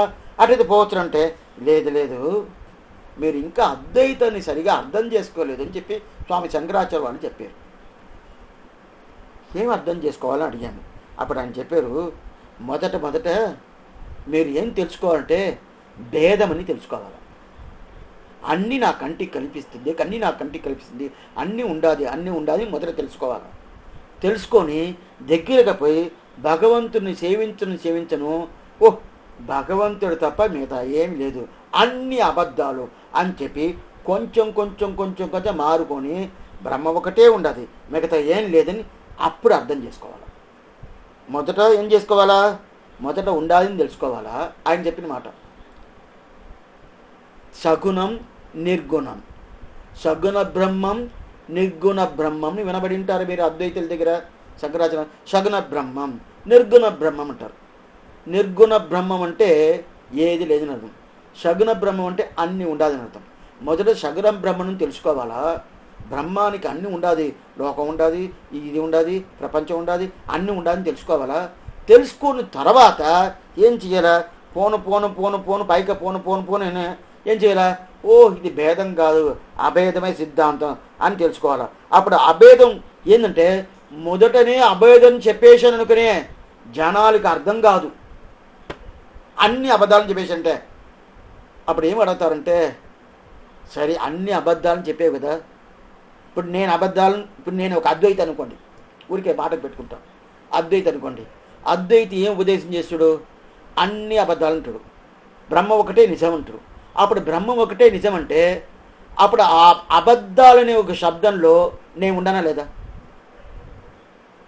అబద్ధాలనే శబ్దంలో నేను ఉన్నాను అర్థం. అప్పుడు నేను ఉన్నానంటే నేను చెప్పిన మాట ఎట్లా నిజం అవుద్ది? నేనే అబద్ధమైందే. బాగా కొంచెం అర్థం నిదానంగా మీకు ఆలోచించారంటే దీనికి బాగా అర్థమవుద్ది. ఎంత విధమైన ఒక మాటలు ఎట్లా వస్తుంది చూడండి. అప్పుడు అన్ని అబద్ధాలు అని ఒక అద్వైతి చెప్పారంటే ఆ అబద్ధం అనే శబ్దంలో ఆ అద్వైతులు ఉంటారు. ఆ అద్వైతులు ఉన్నప్పుడు అప్పుడు ఆయన అబద్ధమా నిజమా అంటే ఆయన నిజంగా ఉండనవద్దు. ఎందుకంటే బ్రహ్మం తప్ప మిగతా అన్ని అబద్ధం ముందుగానే చెప్పేయింది. బ్రహ్మ ఒకటే నిజం, మిగతా అన్ని అబద్ధాలు ముందుగా చెప్పింది. ఎప్పుడు ముందుగా చెప్పిందో మిగతా ఎవరు అప్పుడు బ్రహ్మం కాకుండా నేను ఉన్నానంటే అప్పుడు బ్రహ్మం తప్ప ఇంకోటి ఉండాలని వచ్చేసద్ది. అప్పుడు అద్వైతం ఉండదు. అద్వైత ప్రకారం బ్రహ్మం తప్ప మిగతా ఏ ఉండకూడదు. అప్పుడు నేను ఉండకూడదు. నేను బ్రహ్మం కాదే, ఇప్పుడు నేను ఉండకూడదు. అప్పుడు నేనే అబద్ధం ఉంటే నేను బ్రహ్మం తప్ప మిగతా ఏం లేదని చెప్తున్నా కదా మాట. ఆ మాట నిజమా అబద్ధమా? ఆ మాట నిజమైతేదా బ్రహ్మం నిజం, మిగతా అంతా అబద్ధమని వచ్చును. ఆ మాటలే అబద్ధం అంటే అబద్ధమైన ఒక మాటని నిజమైన ఒక వస్తువు ఎట్లా దొరకవు. అందువల్ల అప్పుడు నేను నిజమైపోవాలా. అప్పుడు నేను నిజమైపోతుంటే అద్వైతం ఉండాలి. అద్వైతం ఉండాలంటే బ్రహ్మం తప్ప మిగతా అంతా నిజం ఉండాలి, అబద్ధం ఉండాలి. అట్లా ఉన్నప్పుడు ఇప్పుడు నేను వచ్చి నిజమా అబద్ధమా ఆ విషయం తర్వాత వస్తాము. ఇప్పుడు ఈ శంకరాచార్యులు చెప్పేశాడు, లేదు ఇది ఒకటే ఉండదు మిగతా లేదని చెప్పేశాడు. అట్లయితే ఎట్లా చేయాలంటే ఇదిదా అభేదం. మొదట నీ భేదం తెలుసుకో, నన్నుని నిజం తెలుసుకో, బ్రహ్మం నిజం తెలుసుకో, ఈ ప్రపంచం నిజం తెలుసుకో. ఎందుకంటే మొదటిసారి మీ దగ్గర పోదండి అన్ని అబద్ధాలు అని చెప్పేసి అంటే నీకు ఆ మాత్రం జ్ఞానం లేదు. ఆయన చెప్పేది ఆ మాత్రం మీకు జ్ఞానం లేదు.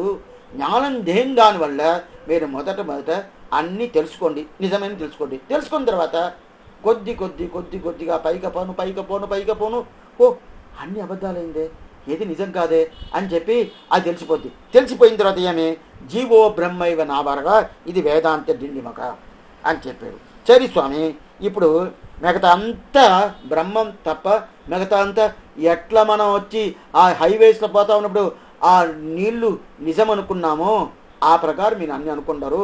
అది ఏది నిజం కాదు, బ్రహ్మ ఒకటే నిజం అని చెప్పారు.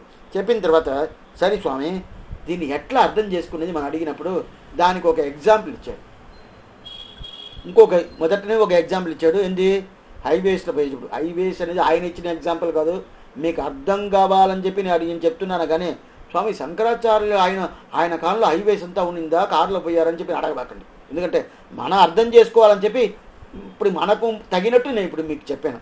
ఆయన వేరే ఎగ్జాంపుల్ ఇదే ప్రకారం ఎగ్జాంపుల్ దా, ఇదే నీళ్ళు ఎగ్జాంపుల్ దా, అది వేరే ప్రకారం ఆయన చెప్పాడు. ఇప్పుడు ఆయన దగ్గర మనం అడిగాము, దీనికి ఆయన ఒక ఎగ్జాంపుల్ ఇంకొక ఎగ్జాంపుల్ చెప్పాడు. ఏం చేసి అంటే మంచి పౌర్ణమి రోజు చంద్రుడు ప్రకాశంగా ఉంటాడు. ప్రకాశంగా ఉంటాడు కదా. నేను చేతిలో ఒక చాకు పెట్టుకున్నాను. చాకు అంటే కత్తి అంటారు కదా, చాకు కోసేదానికి, పండ్లు కోసేదానికి, దీన్ని కోసేదానికి అది పెట్టుకున్నాను. దాన్ని తీసుకొని బయట వచ్చాను. ఆ చాకు మీద ఆ చంద్రుడి ప్రతిబింబం పైన పడిపోయింది. ఓ చంద్రుడు దాన్ని తెలుస్తున్నాడు, ఆ చాకులో తెలుస్తున్నాడు. తెలిసిన తర్వాత చంద్రుడు ఒకటి అని రాసి పెట్టుకున్నాను. దాని తర్వాత నేరుగా కోనేటికి పోయాను. కోనేటి పుష్కరిణి అంటారు కదా, పుష్కరిణి అంటే కోనేటి అంటారు. కోనేరి వాళ్ళం కురుగాయి పెరప్పేనని ఆళ్వారు కులశేఖర ఆళ్వారు చెప్తున్నారు. తిరుమలకి ఆ కోనేటికి పోయాము. అక్కడ పూర్తిగా జలం, తీర్థం ఉండాలి, నీళ్ళు ఉండాలి. ఆ నీళ్ళలో ఆ చంద్రుడి ప్రతిబింబం దీనిలో పడింది.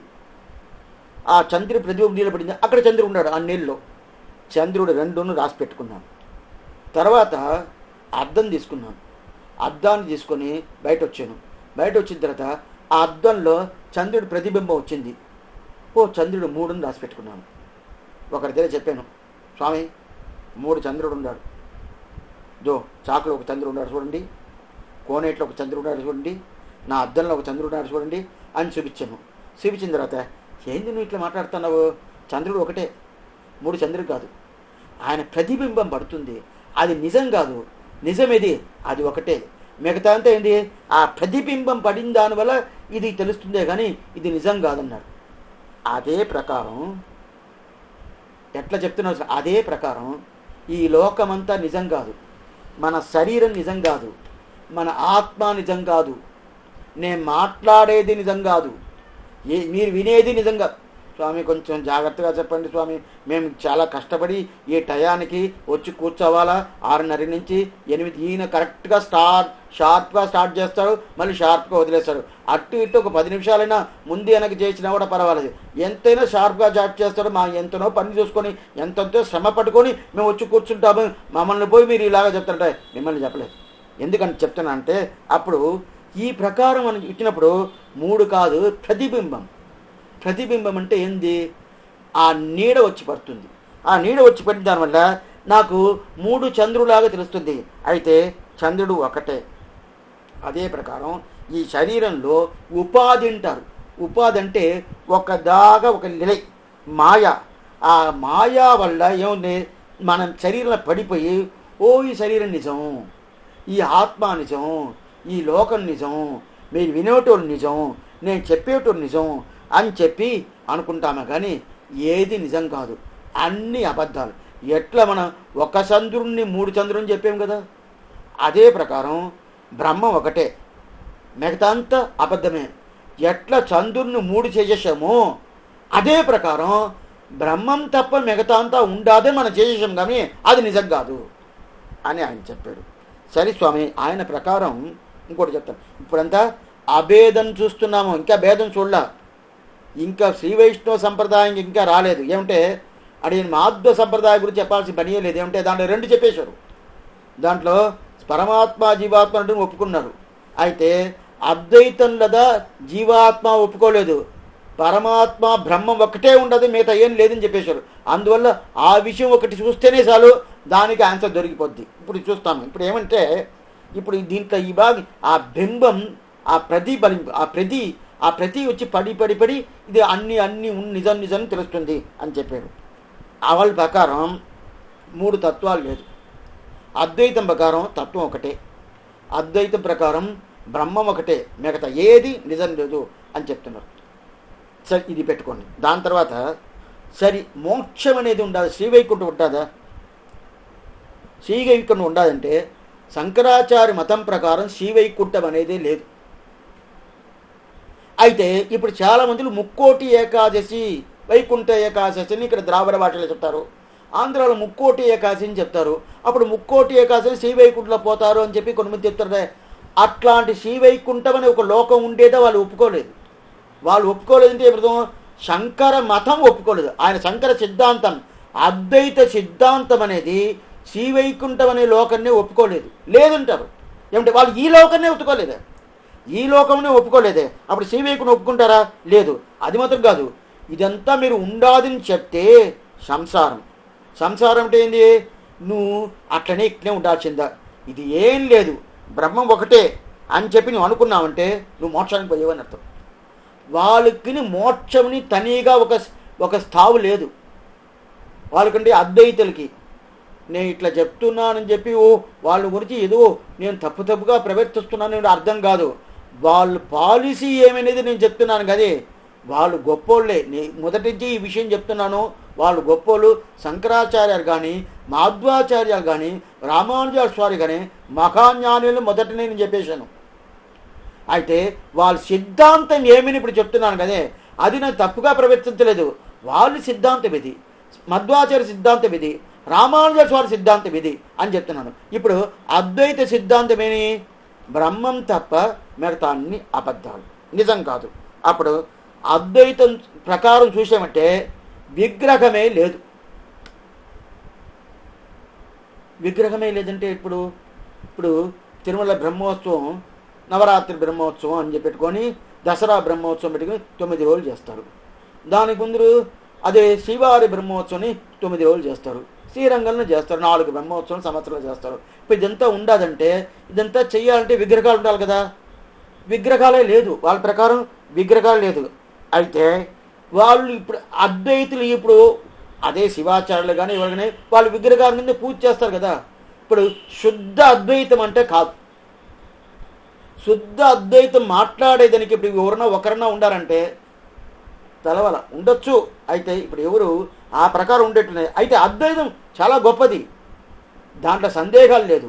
అయితే శుద్ధ అద్వైతం ఆది శంకరాచార్య ఏం చెప్పారో ఆ ప్రకారం జరుపుకునేటోళ్ళు ఒక్కరు ఉండారంటే తెలవల. ఏమంటే ఆయన చెప్పింది ఇది ఏమి కృతి ఏమి బ్రహ్మం ఒకటే, మిగతా ఏది లేదని. ఆ ప్రకారం ఉండాలంటే గుడికి పోతారు, గోపురానికి పోతారు, మిగతాతో చూస్తారు, ఆయన పిల్లలు కనుక్కుంటారు, బెల్లం ఉంటుంది, భార్య ఉంటుంది, అన్నీ ఉంటుంది కదా. ఇదంతా ఆయన చెప్పలేదు, లేదని కదా చెప్తున్నారు. ఎందుకు చెప్తుండ?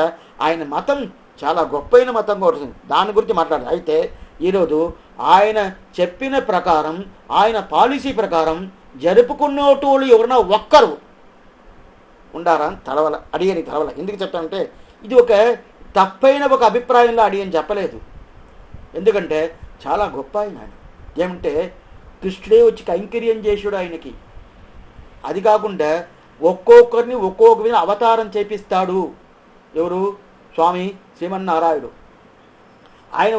ఆయన ఒక ప్రయోజనం కోసం అవతారం చేపించాడు. ఏం ప్రయోజనం అది చెప్పేస్తాను.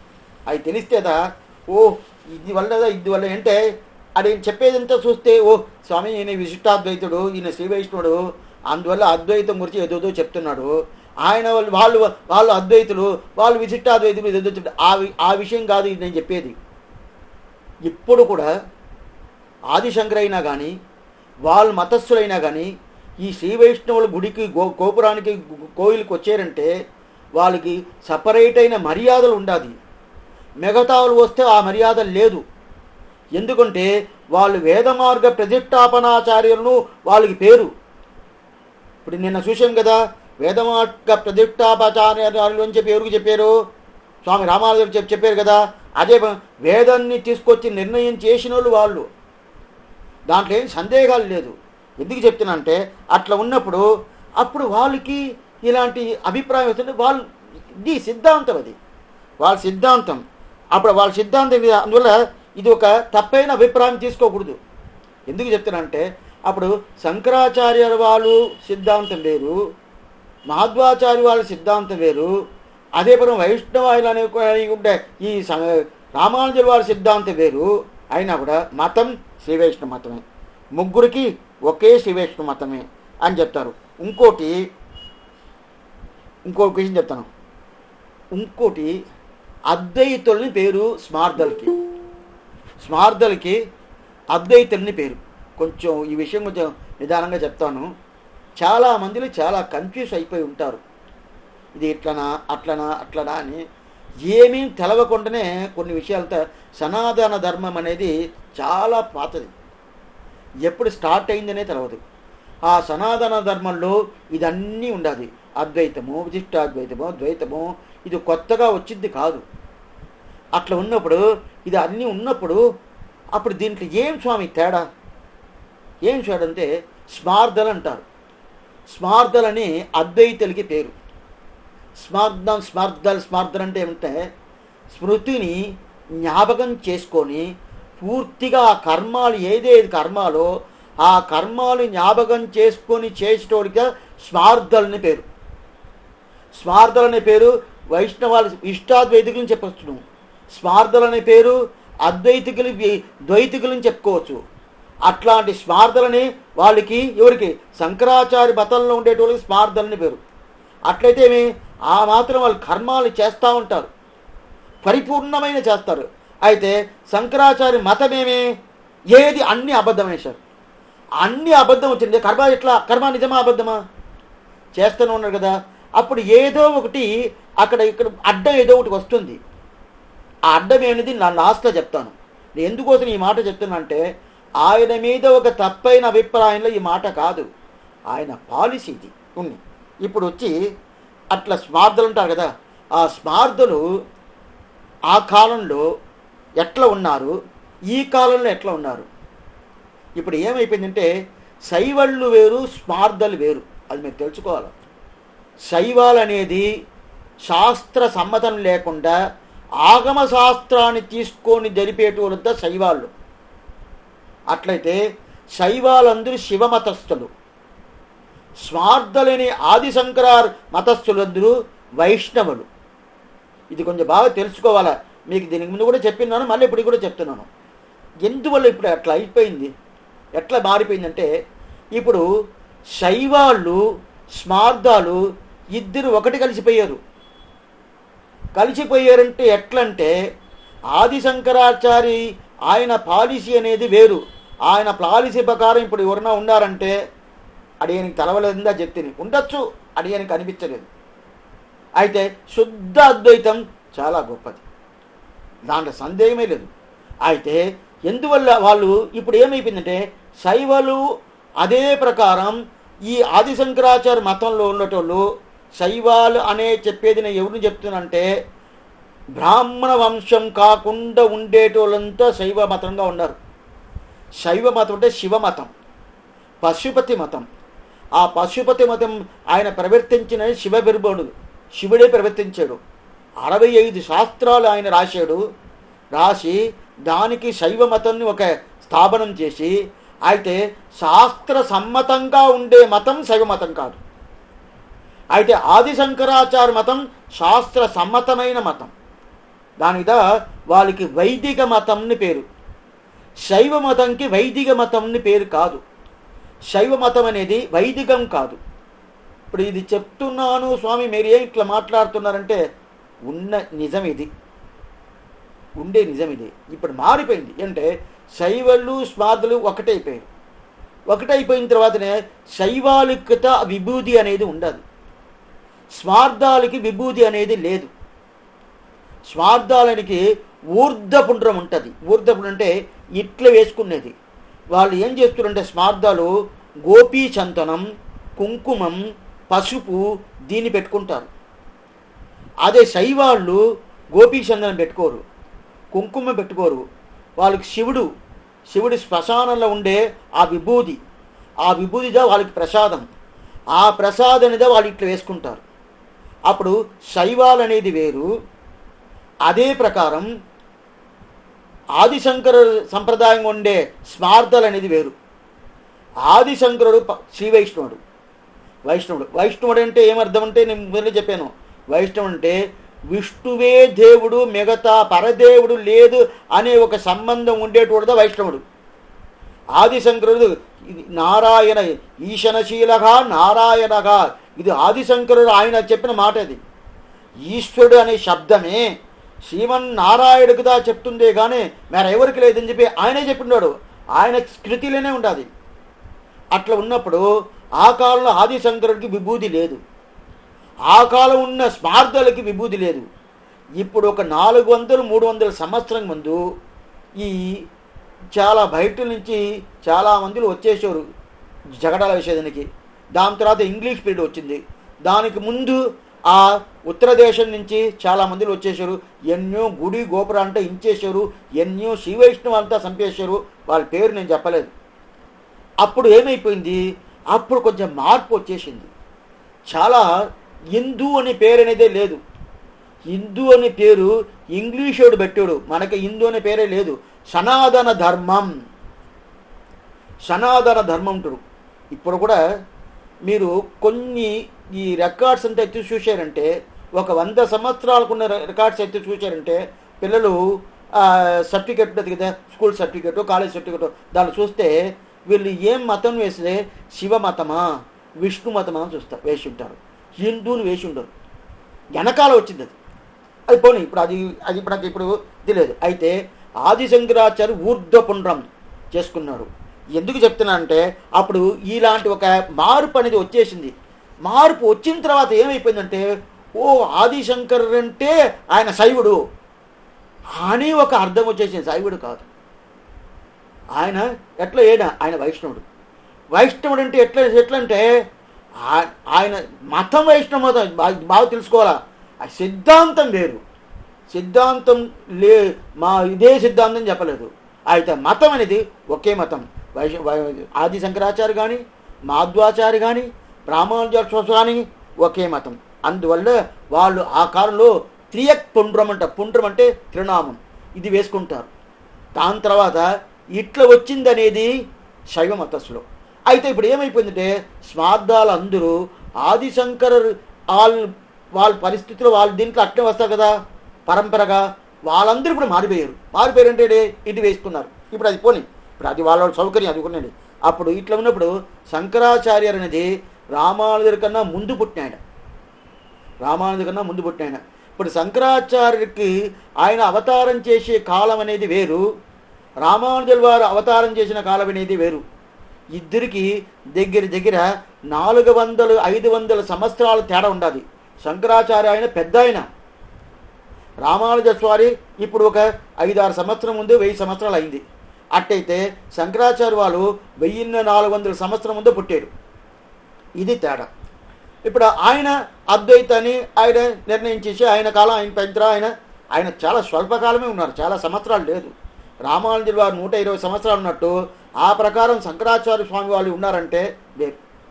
అలా చాలా చిన్న ఏజ్లోనే ఆయన పైకి పోయాడు. ఉన్నా కూడా ఆయన్ని ఎందుకోసం సృష్టించాడు, రామానుజుల వారు ఎందుకోసం సృష్టించారు అని తెలుసుకోవాలి. ఇది చెప్పేసిన తర్వాత దీనికి ఉండే తేడా తెలిస్తే అప్పుడు మీరు ఎట్లా చూస్తారంటే మధ్యలో నిలుచుకొని చూస్తారు. ఎప్పుడైనా కానీ ఒక విషయం 2 విషయంగా ఎడదీయిపోయిందంటే ఇది వీళ్ళది చెప్పేది కరెక్టా, వాళ్ళది చెప్పేది కరెక్టా, వీళ్ళది సరియా, వాళ్ళది సరి అంటే ఈ మతస్థులైతే మాది సరి అంటారు, ఆ మతస్థులైతే వాళ్ళది సరి అంటారు. అయితే మధ్యలో నిలబడాల.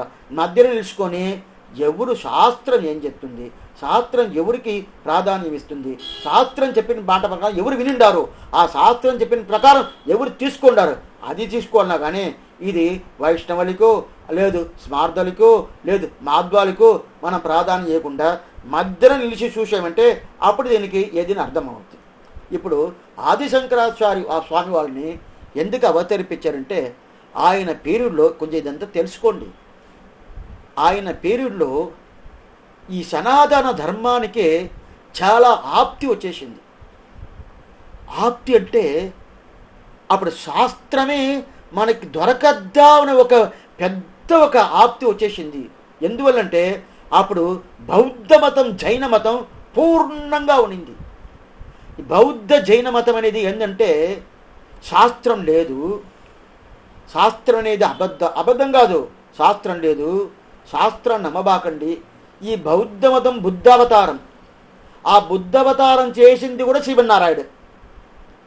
ఏ శ్రీమన్నారాయుడు శాస్త్రం ప్రధానం, శాస్త్రం ప్రధానం, శాస్త్ర ప్రకారాన్ని చెప్తున్నాడో అదే శ్రీమన్నారాయుడు శాస్త్రం అబద్ధం, దాని దగ్గరికి పోబాకండి, దాంతా అబద్ధాలు, నీకు పోబాకండి, శాస్త్రంలో బలి ఇయ్యాలని చెప్తుంది, ఏంది మేకని బలి ఇయ్యాలని చెప్తుంది, ఇది చాకశ్చ వకాయాం జుగుయాదను మనం ముందులో హగమేవ పరంతత్వంలో చూసాము కదా, ఆ ప్రకారం బలి ఇయ్యాలని చెప్తుంది.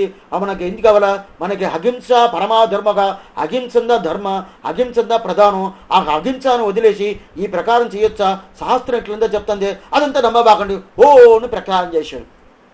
అది అందరు జనాలను నమ్ముకొని శాస్త్రాన్ని వదిలేసి పూర్ణంగా బౌద్ధ మతం, ఎక్కడ చూడు బౌద్ధ మతం, ఎక్కడ చూడు బౌద్ధ మతం.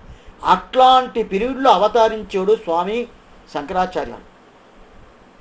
ఇప్పుడు ఆయనకిచ్చిన పని ఏం చూస్తున్నా పెరుమాళు, నువ్వు మొదల్లో శాస్త్రాన్ని నిర్ణయం చెయ్యి, శాస్త్రం మళ్ళీ పోతుంది, దాన్ని తీసుకురావాలా, దాన్ని తీసుకొచ్చి దాన్ని నిర్ణయం చేసుకో, దాన్ని నిర్ణయం చేసేసి అంటే నీ పని పూర్తి అయిపోయింది అర్థం. దాని తర్వాత ఆ శాస్త్రానికి ఎట్లా అర్థమంతా తీసుకురావాలని చెప్పి నువ్వు ఇంకోటి నేను అవతారం చేపిస్తాను. అందువల్ల ఆ పని చేయండి. ఆయన అవతరిపించేందుకు రీజనే ఇదిదా. ఆయన వచ్చిన దానికి ఆయన పని పరిపూర్ణంగా చేశాడు. చాలా శ్రమమైన పీరియడ్ అది. మనం అనుకున్నట్టు అంత ఈజీ కాదు, ఏం లేదు. ఇప్పుడు ఎన్నో మతాలు ఈ భారతదేశంలో వచ్చేసింది. ఎన్ని మతాలు వచ్చినా కూడా అన్ని మతాలు సమమే, అంత సమమే అని చెప్పి వాళ్ళకి నేషనల్ హాలిడేస్ ఇస్తారు కదా, గవర్నమెంట్ లీవ్, అది ఆ మతాలకి ఇస్తారు, హిందూ మతాలకి ఇస్తారు, మిగతా ఒక మతాలకి ఇస్తారు. అయితే 1500 సంవత్సరం ముందా ఈ భారతదేశంలో ఏ మతం లేదు, సనాతన ధర్మం తప్ప వేరే ఏ మతం లేదు. అట్లా ఉన్నప్పుడు ఇప్పుడు వీళ్ళు జగడ వేస్తారా, స్వామి మేమే కదా ఉన్నాము 2000 సంవత్సరం ముందా, దాని తర్వాత కదా వాళ్ళంతా వచ్చారు. ఏమంటే ఒక మతానికి 2020 సంవత్సరాలని టైమే ఉండదు. అదే మన సనాతన ధర్మంకి ఈ కాలం వచ్చిందని టైం ఉండదంటే లేదు. ఏమంటే ఎప్పుడు ఉండదని అర్థం, ఎప్పుడు ఉండదు. అట్టయితే ఎప్పుడుండే మా మతంలో మా రాజ్యంలో వచ్చి నువ్వు వచ్చి కూర్చొని చేసిన ఎవరన్నా చెప్తున్నారంటే చెప్పటం లేదే. వాళ్ళకి అన్ని తావు ఇస్తున్నారు కదా. ఎందుకోసం చెప్తున్నా అంటే ఆ ప్రకారం ఉండదంటే ఏమర్థం, శంకరాచార్యులు అట్లాంటి పీరియడ్లో వచ్చేసారు. ఆ పీరియడ్లో వచ్చి జైన మతాన్ని కానీ బౌద్ధ మతాన్ని జయించేవాడు కాదు. సనాతన ధర్మం అనేది ఉండదు, నువ్వు చెప్పేది నిజం కాదు, బ్రహ్మం అనేది ఉండదు, ఆ బ్రహ్మం ప్రధానం, ఆ బ్రహ్మం ప్రధానం ఉన్నప్పుడు ఆ బ్రహ్మందా మనకు అన్నీ ఇస్తుంది అని ఒక స్థాపనం చేశాడు. ఆ స్థాపనం చేసిన కైంకర్యాన్ని పూర్తిగా చేసింది ఎవరంటే ఆది శంకరాచార్యులు. ఆయన స్థాపనం చేసేసాడు కదా. చేసిన తర్వాత ఆయన అయిపోయింది ఉంటేనే వెంటనే తీసుకుపోయాడు పెరుమాళ్. చాలా 32 సంవత్సరాలు ఆయన అంతే తీసుకుపోయాడు.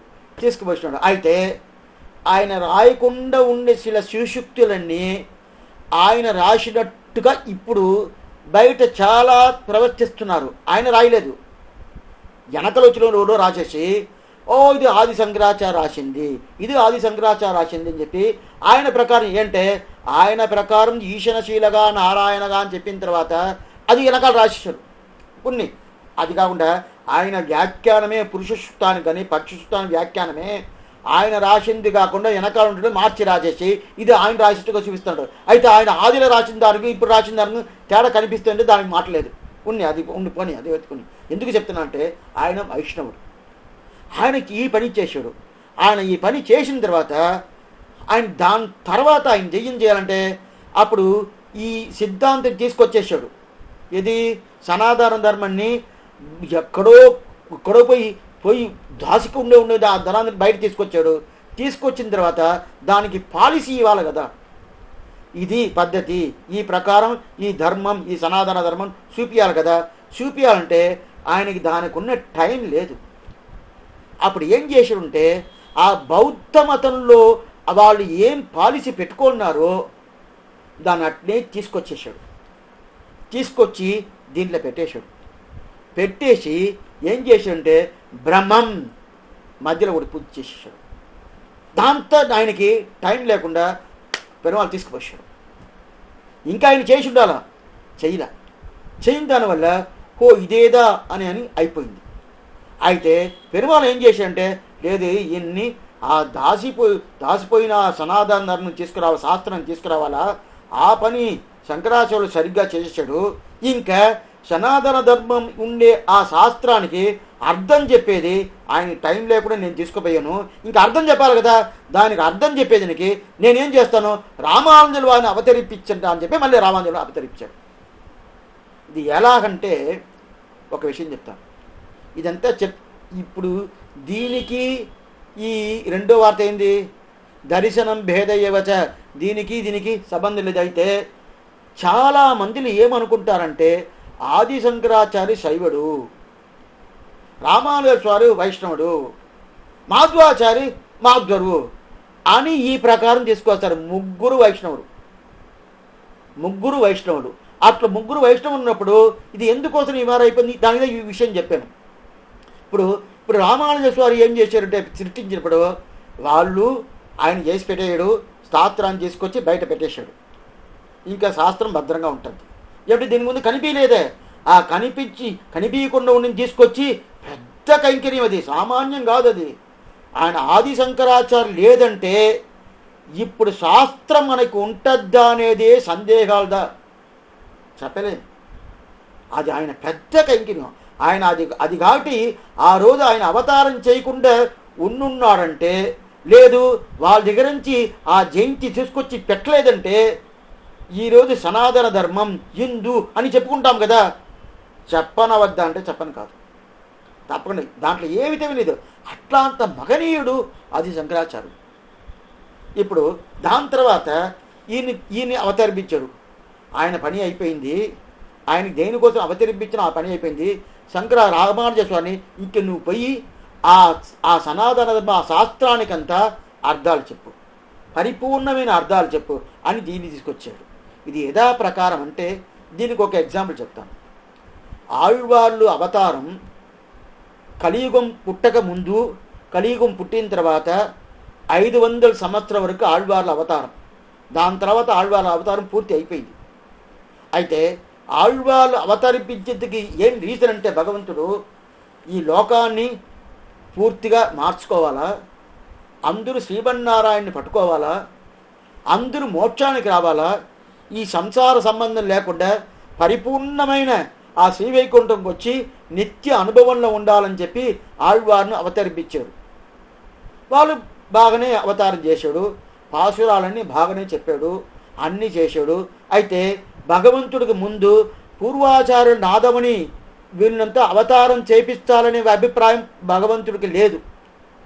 ఎందువల్ల లేదంటే ఆళ్వాళ్ళు అవతారం చేస్తున్నాడు, వాళ్ళ అవతారం ఒకటే చాలు, వాళ్ళే బాగా పాసురాలు చెప్పి అందరిని తీసుకొస్తారు అనే ఒక అభిప్రాయంలో అవతారం చేపించాడు. వాళ్ళు సరిగ్గా పాసురాలతో బాగానే చేశాడు. చేసిన తర్వాత ఏమైపోయిందంటే వాళ్ళకి అనుభవం ఎక్కువ అయిపోయింది, ఉపదేశం తగ్గిపోయింది. మనకు ఉపదేశం చేయాలి కదా, ఓ నీ ప్రకారం పోబాక, ఇట్లా పోబాక, చూడు శాస్త్రం ఇది చెప్తుంది, ఇట్లా చెప్తుంది అని చెప్పి కొన్ని మంది ఏం చేస్తారంటే యాత్ర తీసుకుపోతారు. 7 కోట్ల వరకు తీసుకుపోతారు అనుకోండి. ఆయన అద్దా ఫస్ట్ టైం వస్తాడు, తీసుకుపోయినాడు 10 సార్లు పోయినాడు. పోయిన తర్వాత 7 కోట్ల వాడు పోయి సేవించడం, 7 కోట్ల వాడా గోవిందా అని సేవిస్తూ ఉన్నాడు. పక్కనుడు ఆయన చెప్పాలి కదా, ఈయన ఇట్లా పెట్టుకున్నాడు, గడి చేస్తా ఇట్లా ఉంటుంది, ఆయన కళ్ళు ఇట్లా ఉంటుంది, ఆయన చెవు ఇట్లా ఉంటుంది, ఆయన మాల ఇట్లా ఉంటుంది, ఆయన ప్రకారం ఇక్కడి నుంచి సేవించాలా, ఇక్కడ గరుద్వంతుడు ఉంటాడు, ఇక్కడ ద్వారపాలకుడు ఉంటాడు, ఇదంతా చెప్పాలి కదా. ఇదంతా చెప్పే కొత్త ఆయన వచ్చినాడు, యాత్రకు వచ్చినాడు, ఆయనకు అన్నీ అర్థమవుద్ది. అదంతా ఆయన ఉపదేశం చేయకుండా ఏం చేశాడు, వచ్చిన ఆయన ఓ నాకు పెరుమాళ సేవ దొరికింది, నేను ఈయన అనుభవిస్తూ ఉన్నాడు. అప్పుడు వచ్చిన ఆయన, ఏం స్వామి నన్ను తీసుకొచ్చేవే అన్నీ చెప్తాను అంటే, నేను చేసేది నా ఇది అనుభవిస్తాను, నాకు ఈ అనుభవం దొరుకుతుందే, నాకు నీకు ఎలా చెప్పేది చెప్పను కదే అని చెప్పి వదిలేస్తారు కదా. అదే ప్రకారం ఆళ్వార్లు ఏం చెప్పారంటే, మనకు ఉపదేశం చెయ్యాలని చెప్పి ఆళ్వార్ని సృష్టించాడు భగవంతుడు. వాళ్ళు ఏం చేశారంటే, లేదండి ఆయనకు ఉపదేశం చేసినా వాళ్ళ అనుభవం అయిపోయింది. భగవంతుడు ఎట్లాంటి ఇవ్వను, ఆయన ముక్కి ఏమి, ఆయన కళ్ళు ఏమి, ఆయన శిరసి ఏమి, ఆయన కిరీటమేమి, ఆయన తిరుమార్బి ఏమి, వడివాయిని వలవార్బిని వాళ్ళిండ్ర మంగయం పల్లాండి అని చెప్పి పల్లాండి సేవించేది, మంగళాశాసనం చేసేది. ఈ ప్రకారం వాళ్ళు పోయారు, మనకు ఉపదేశం చేశారు. ఉపదేశం పెరుమాళ్ ఎట్లా అనుకోని ఉపదేశం చేయాలని చెప్పి అనుకున్నాడు, ఆ అనుభవం అనేది పూర్తిగా మనకు వచ్చి దొరికింది అంటే దొరకలేదు. అందువల్ల ఏమైపోయింది, ఓ ఈ ఆళ్వారిని సృష్టించిన తర్వాత వీళ్ళు ఉపదేశం పూర్తి కాలేదే, ఏం చెయ్యాలా, సరే ఇంకా ఆళ్వారి పని అయిపోయింది, ఇంకా ఆచార్యుని సృష్టిస్తాము అని చెప్పి ఆ అభిప్రాయంలో ఆచార్యుని సృష్టించాడు. దాని తర్వాత నాదమునిగిల్, ఆలవందార్, రామానుజర్ అని చెప్పి వచ్చారు. అదే ప్రకారం మొదల శంకరాచార్యులను సృష్టించాడు, ఈ వేదాన్ని తీసుకొచ్చి అన్ని చేస్తామని ఆయన తీసుకొచ్చి ఇచ్చేశాడు. ఇంకా ఆయనకు అర్థం టైం లేదు, ఆయన బయలుదేరిపోయాడు. దాని తర్వాత రామానుజులు సృష్టించాడు. ఇది తేడా. అట్లయితే ఆయన మీద ఏదైనా తప్పు ఉండదా? లేదు. అప్పుడు ఆయనకి ఎందుకు స్వామి ఈ సిద్ధాంతం మారిపోయిందంటే టైం లేదు. అది కాకుండా ఇంకోటి బాగా తెలుసుకోవాలి, శంకరాచార్యులు పుట్టిన తర్వాతనే నాదమునిగలు పుట్టారు. నాదమునికి శంకరాచార్యులకి తేడా 150 సంవత్సరాల తేడా. శంకరాచార్యులు పోయిన తర్వాత నాదముని అవతరించాడు. నాదముని అవతరించిన తర్వాతనే ఈ 4000 దివ్య ప్రబంధం అనేది దొరికింది. 4000 దివ్య ప్రబంధం అనేది స్వామి శంకరాచార్యుల వారికి దొరికి ఉండిందంటే ఆయన విశిష్టాద్వైతంగా చెప్పిండు. ఆయనకి తలవల ఏంటంటే శాస్త్రం వెప్పునే మూసి మూసి మూసి మూసి చెప్తా ఉన్నాయి, కానీ బాగా పూర్తిగా ఇదండి ఇదండి ఇదండి ఇప్పుడే మనం చూస్తున్నామే. భేదశృద్ధి చెప్పుండది, అభేదశృద్ధి చెప్పుండది, కడకశృద్ధి చెప్పుండది, తెలుస్తుంది కదా. అందువల్ల ఏమైపోయిందంటే ఈ శంకరాచార్య వాళ్ళకి ఒక కన్ఫ్యూజ్ అయిపోయింది. అప్పుడైతే ఆయనకి జ్ఞానం లేదంటే పరిపూర్ణంగా ఉండదు. అది మొదటనే చెప్పేశాను, ఎవరు జ్ఞానంలో తక్కువ అనేదే లేదు, అపారమైన జ్ఞానం. ఎట్లాంటి జ్ఞానం, మనం ఏమనుకుంటామో మన జ్ఞానాన్ని పెట్టుకొని వాళ్ళని కంపేర్ చేస్తాము, తప్పైన అభిప్రాయం. మన జ్ఞానం అనేది ఒక ఇసిక కూడా ఉండదు. వాళ్ళ జ్ఞానం అనేది ఎన్ని కొండపైన హిమాలయ పర్వతమే వాళ్ళ జ్ఞానం. మన జ్ఞానం అనేది ఒక ఇసిక కూడా కాదు. అట్లాంటిది మన ఇట్లా చెప్పాలి, జ్ఞానమే లేదని చెప్పాలి. అయితే వింటున్న స్వామి మమ్మల్ని చూసి మీరు జ్ఞానం లేదని చెప్పే మీరు రేపు నుంచి విధానంలో లేదా మీరు అడిగేశారంటే నాకు ఆన్సర్ చెప్పాను కాదు. అందువల్ల జ్ఞానం అడిగేరికి లేదు, అది మొదటిదే తీర్మానం చేశాను. మీకు ఉండాలని చెప్తాను, అట్లీస్ట్ ఆదిశంకర్ కన్నా తక్కువ ఉండదని చెప్తాను. ఎందుకు వస్తుంది అట్లే ఈ ప్రకారం వచ్చింది. ఇప్పుడు శాస్త్ర వాక్యాన్ని వస్తాను, దీంట్లో మీరు పూర్తిగా తెలుసుకోవాల్సింది ఏంటంటే ఏ 3 మహనీయులు అద్వైతమాని విశిష్టాద్వైతం కానీ ద్వైతం కానీ అదైతే ఏమి శంకరాచార్యులు కానీ మాధ్వాచార్యులు కానీ రామానుజ స్వామి కానీ వీళ్ళంతా కొంచెం జ్ఞానంలో తక్కువ అనేది లేనే లేదు. బాగా పూర్ణమైన జ్ఞానం వాళ్ళకు ఉండే ఒక పరిస్థితి భగవంతుడు చూపిస్తాడు. ఇప్పుడు శాస్త్రవాక్యానికి వస్తున్నాం. ఇది మీరు ఎట్లా తీసుకోవాలో అట్లా తీసుకోవాలి. శాస్త్రవాక్యం శరం ఇప్పుడు అభేద శృతి సుశిషమను అభేద శృతి ఏంది? ఏమేమి చెప్తుంది? ఒకటే ఉండాది, మిగతా అంతా అబద్ధాలు ఏం చెప్తుంది? ఐతదాత్యం ఇదం సర్వం తత్సత్యం సహాత్మ తత్వమది శ్వేతకేతో అని ఒక వాక్యం. నేగ నానాస్తి కించన ఇక నానాస్తి, నువ్వు రెండోది చూసేవంటే నీకు పాపం వచ్చేసేది, నీ నరకానికి పోతావు, ఒకటే ఉంటుంది, బ్రహ్మ ఒకటే అని ఒక వాక్యం ఉంటుంది. ఇంకో వాక్యం ఏం చెప్తుంది? సర్వం కలు ఇదం బ్రహ్మ తజ్జలాని ఇది శాంత ఉపాసీత, నువ్వు కళ్ళార చూసే వస్తువు ఒక్కొక్కటిని చేయంటే అన్నీ బ్రహ్మం, బ్రహ్మం తప్ప మిగతా ఏం లేదు అని తెలుసుకో అని చెప్పి 3 వాక్యాలు పెట్టేసింది. ఆ 3 వాక్యాలు ఎవరికి?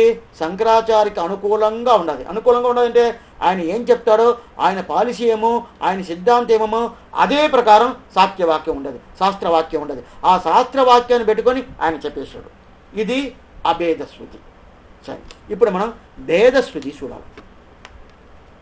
3 వాక్యాలు చెప్పాను కదా, భేదశృతి, అభేదశృతి, గడగశృతి. ఇప్పుడు భేదశృతి చూసేటప్పుడు దాంట్లో శాస్త్రవాక్యాలు ఉన్నది. శరం ప్రధానం అమృతాక్షరం హరహ శరాత్మానో ఈశతో దేవ ఏకక. ఆశ్చర్యమైన వాక్యం ఈ వాక్యం అనేది. శరం ప్రధానం అమృతాక్షరం హరహ శరాత్మానో ఈశతో దేవ ఏకక. ఏమిటే ఇప్పుడు దీనికి ముందు ఏం చెప్పింది? బ్రహ్మ ఒకటే ఉండాలని చెప్పింది కదా. ఇప్పుడు ఏం చెప్తుంది? అంతా నిజం అంటుంది. ఇదే శాస్త్రవాక్యం, అన్ని నిజం ఉంటుంది. ఎట్లా స్వామి చెప్తుంది? భోక్త భోగ్యం ప్రేరితారంచ మధ్వా. అట్లని ఇది ఒక భేదశృతి, ఇది కూడా భేదశృతి. అట్లంటేనే చరం ప్రధానం, నా కళ్ళారు చూస్తున్నా కదా, నేను చూసే వస్తువు అన్ని అచిత్ అంటుంది. ఇప్పుడు చిత్ అంటే ఏమి, అచిత్ అంటే ఏమి, ఈశ్వరుడు అంటే ఏమి అని మొదలు తెలుసుకుంటాము. ఈ 3 తత్వాలు, ఈ 3 తత్వాలు నిజం. శాస్త్రం 3 తత్వం చెప్తుంది: చిత్, అచిత్, ఈశ్వరుడు. అయితే ఈశ్వరుడు అనే ఒక తత్వం ఒకటిదే ఆది శంకరాచార్య తీసుకున్నారు. మిగతా 2 తత్వాలు లేదు, అబద్ధాలు ఆయన చెప్పేశాడు, ఆయన పాలిసేది. ఇప్పుడు అదే శాస్త్రం అభేద శృతులు చెప్పిన శాస్త్రం ఇప్పుడు భేద శృతులు ఆ శాస్త్రం ఏం చెప్తుందంటే లేదు లేదు 3 తత్వాలు ఉన్నది. 3 తత్వాలు ఏంది? చిత్ అని ఒక తత్వం, అచిత్ అని ఒక తత్వం, ఈశ్వరుడు అని ఒక తత్వం, 3 తత్వాలు ఉంది. అప్పుడు మనం కళ్ళారు చూస్తున్నాం కదా, ఈ చూస్తే వస్తుందంతా అచిత్ అంటారు. అచిత్ అంటే ఏమి, చిత్ అంటే ఏమి, ఈశ్వరుడు అంటే ఏమి? అచిత్ అంటే జ్ఞానం లేదు, జ్ఞానం లేని వస్తువుకి అన్నీ అచిత్ అని పేరు. ఎవరు కోపం చేసుకోబాకండి, నేను మిమ్మల్ని చూస్తాను కదా, మీరు నన్ను చూస్తున్నారు కదా. చూస్తున్నానండి, బాగానే చూస్తున్నాను, బాగా గుండి కొట్టుకున్నారు, బాగానే చూస్తున్నానండి. మీరు నన్ను చూస్తున్నారు కదా, నాకు జ్ఞానం లేదు. స్వామి మీరు చెప్తున్నారు, కాలక్షేపం చేస్తున్నారు, జ్ఞానం లేదని చెప్తున్నారే. ఇప్పుడు ఇంకో మాట చెప్తాను చూడండి, మీకు కోపం వస్తుంది చూడండి. మేము మిమ్మల్ని చూస్తున్నాం కదా, మీకు జ్ఞానమే లేదు. ఏమండి ఇది ఉపన్యాసం చేస్తున్నారు మీరు, నాకు జ్ఞానం లేదని చెప్పుకొని వచ్చి కూర్చుంటారా? రేపు అంటే మేము కాలక్షేపం రావాలన్నా వద్దా? జ్ఞానం ఉండాలి కదా కూర్చున్నాం. నేను చూస్తున్నా అంటే మీ శరీరాన్ని చూస్తున్నాను, మీ ఆత్మని చూడలే. ఆత్మని చూడన వద్దా? చూడన కాదు. అప్పుడు మీ శరీరానికి జ్ఞానం ఉండాదా? శరీరానికి జ్ఞానం లేదు. అదే ప్రకారం మీరు నన్ను చూస్తున్నారు కదా, నాకు జ్ఞానం లేదని చెప్పాను కదా. అప్పుడు ఏం చూస్తున్నారు? నా శరీరాన్ని చూస్తున్నారు, నా ఆత్మాని చూడలేదు. నా శరీరానికి జ్ఞానం ఉండాలంటే జ్ఞానం లేదు. ఇదిదా చెప్తున్నారు. అప్పుడు మన కళ్ళారు చూసే వస్తువు ప్రతి ఒక్కటి, ఇప్పుడు కంప్యూటర్ ముందుకు కూర్చొని మీకు నేను చెప్తున్నాను, అప్పుడు ఈ కంప్యూటర్కి జ్ఞానం ఉండదా? సో అవి జ్ఞానం లేదంటే మా దగ్గరంతా తీసుకొస్తుందంటే దానికి జ్ఞానం లేదు. నేను ఎట్లా దాన్ని ఆడిస్తానో ఆ ప్రకారం ఆడద్ది, అంతేగాని దానికిగా జ్ఞానం ఉండదంటే జ్ఞానం లేదు. ఏ వస్తువుకు జ్ఞానం లేదు. అట్లా ఉన్నప్పుడు దీన్ని ఏమంటారు? అచిత్ అంటారు. జ్ఞానం లేని వస్తువుని అచిత్ అంటారు. దాని తర్వాత దీనిదేంటి? చరం ప్రధానం. దీనిదా చరం ప్రధానం, ఇదా ప్రధానంగా ఉంటుంది. మన జ్ఞానం లేని వస్తువుదా ప్రధానంగా ఉంటుంది. దాని తర్వాత అమృతాక్షరం హరహ. అమృతాక్షరం హరహ అట్లంటే ఏమర్థం అంటే నా కళ్ళాల చూడకుండా ఉండే వస్తువు ఏంది? జీవాత్మ. చాలా గొప్పోడు జీవాత్మ. అట్లాంటి చాలా గొప్పోడు. అట్లాంటి చాలా గొప్పోడు. వాళ్ళు కళ్ళార చూడవునంటే చూడను కాదు, అతనికి జ్ఞానం ఉంటుంది. ఏం స్వామి జ్ఞానం? చూసే వస్తువుకంతా జ్ఞానం లేదంటారు. ఏ వస్తువు చూడను కాలదో దానికి జ్ఞానం ఉన్నది అంటున్నారు. ఇది ఎట్లంటే ఆత్మాను చూడను కాదు. అప్పుడు ఆత్మాను చూడను కాదన్నప్పుడు ఆ ఆత్మకి జ్ఞానం ఉండాలి. కళ్ళార చూస్తున్నాను, దానికంతా జ్ఞానం లేదు. సరే, ఇది రెండు ఉండయితే సరే, ఇట్లా దీనికి చిత్ అని పేరు. అప్పుడు జీవాత్మ అనే ఆత్మకి చిత్ అని పేరు. కళ్ళార చూసే జ్ఞానం లేకుండా వస్తువుకంతా అచిత్ అని పేరు. ఈ రెండుని నియమించేది, ఆర్డర్ చేసేది ఆయనదా ఈశ్వరుడిని పేరు. ఈశ్వరుడిని అట్టయితే 3 తత్వాలు వచ్చేసింది. ఒకటి చిత్తత్వం, ఇంకోటి అచిత్తత్వం, ఇంకోటి ఈశ్వర సత్వం. అప్పుడు మన కళ్ళార చూసేదంతా అచిత్తత్వం. మీరు నన్ను చూస్తున్నారు, నేను నిన్ను చూస్తున్నాను, ఇదంతా అచిత్తత్వం. అదే చిత్తత్వం అనేది కళ్ళార చూడ కాదు. అది ఎట్లా ఉంటుంది తెలుసా? వాలాగ్ర శతభాగస్య శతప కల్పితస్య అని చెప్తుంది శాస్త్రం. వాలాగ్య శతభాగస్య శతప కల్పితస్య.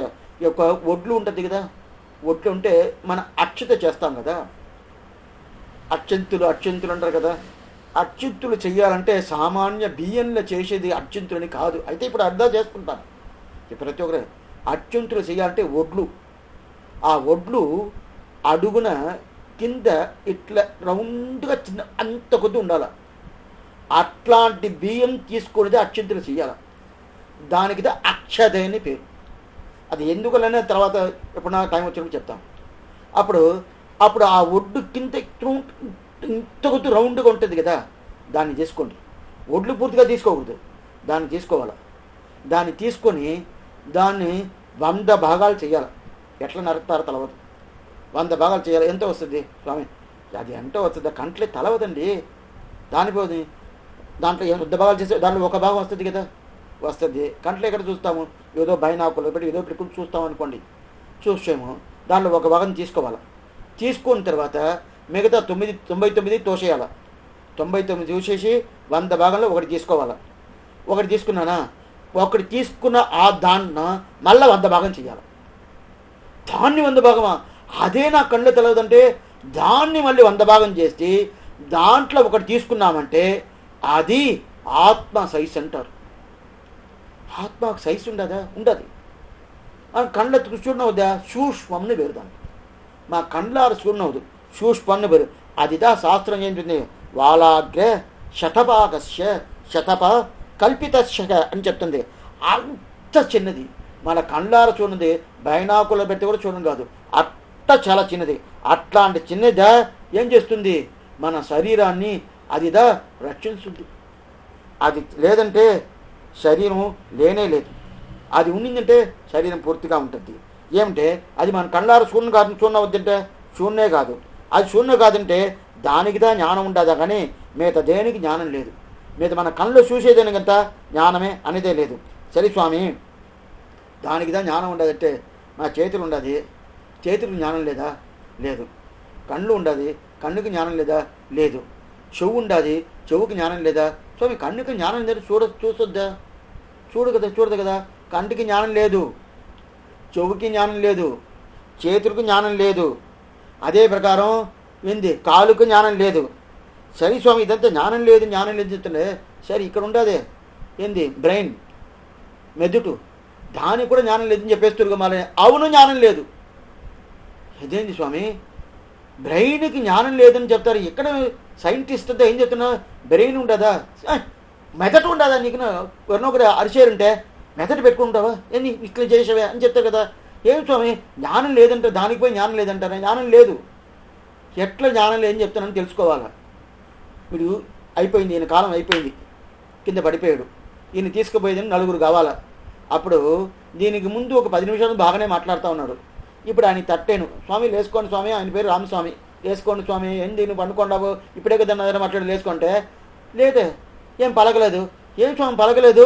నీ దగ్గర మెదురు ఉండదే, బ్రెయిన్ ఉండదే, మీరు పలకొచ్చు కదా అంటే అప్పుడు జ్ఞానం ఉండదని నేను అర్థం. పలకలేదే. ఎందువల్ల పలకలేదు?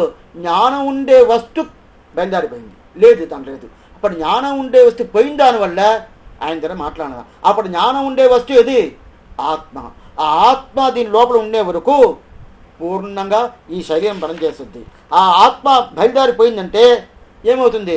ఇది పని చేస్తుందంటే పని చేయదు. అప్పుడు శరీరానికి జ్ఞానం లేదు, ఆత్మకి జ్ఞానం ఉండాలి. అట్లాంటి జ్ఞానం ఉన్నప్పుడు అందువల్ల ఆత్మ ఎక్కడ? ఈ హృదయకమం లోపల ఉంటాడు. దీని లోపల ఆత్మ పరిపూర్ణంగా ఉంటాడు. ఆయన ఎట్లా ఉంటాడు? సూక్ష్మంగా ఉంటాడు. మన కళ్ళారు చూడడం కాదు.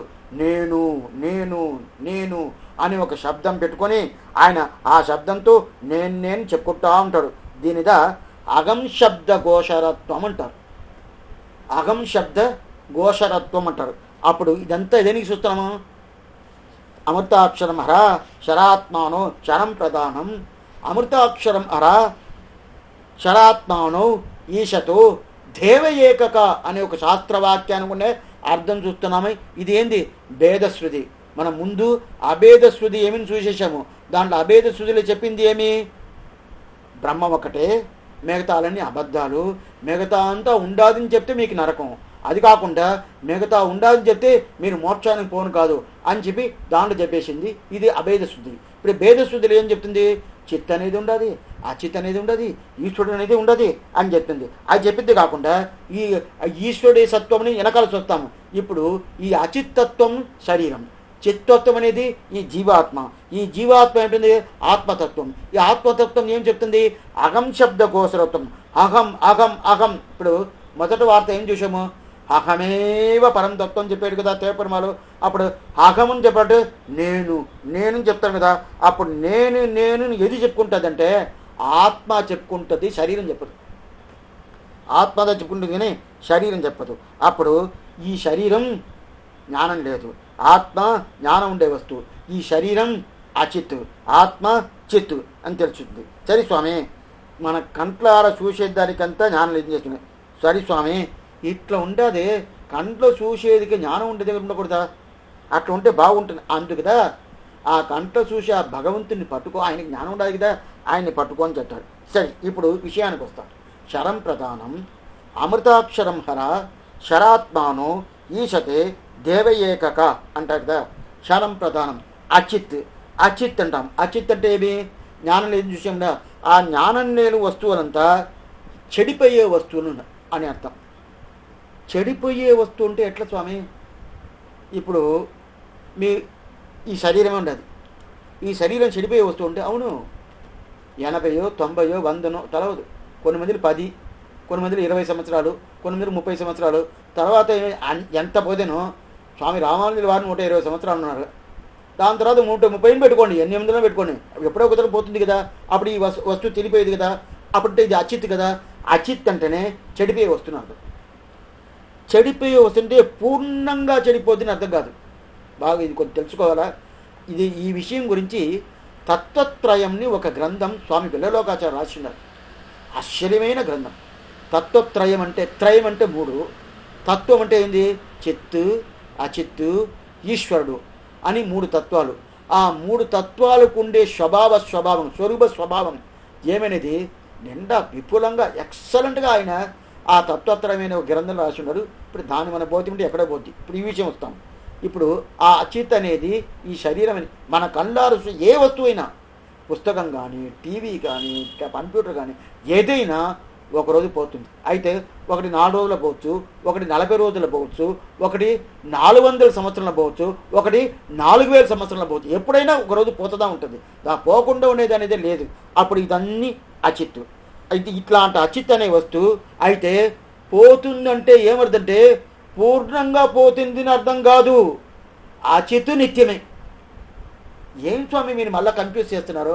అచిత్తు పోతుంది అంటారు, అచిత్తు నిత్యం అంటారంటే నిత్యంతో ఉండాలి కదంటే అది మార్పు వస్తూ ఉంటుంది, ఒక ఫామ్లో ఉండదు. అచిత్ నిత్యంగా ఉంటుంది. ప్రవాహ రూపేణ నిత్యం అంటారు. ప్రవాహ రూపేణ నిత్యం అంటే మార్పు వస్తూ ఉంటుంది. ఇప్పుడు ఈ శరీరం ఉంటుందా? 80, 90 తెలవదు, పోతుంది కదా. పోతుంటే ఏమవుద్ది? శరీరం మార్పు వస్తుంది, మట్టి అయిపోతుంది.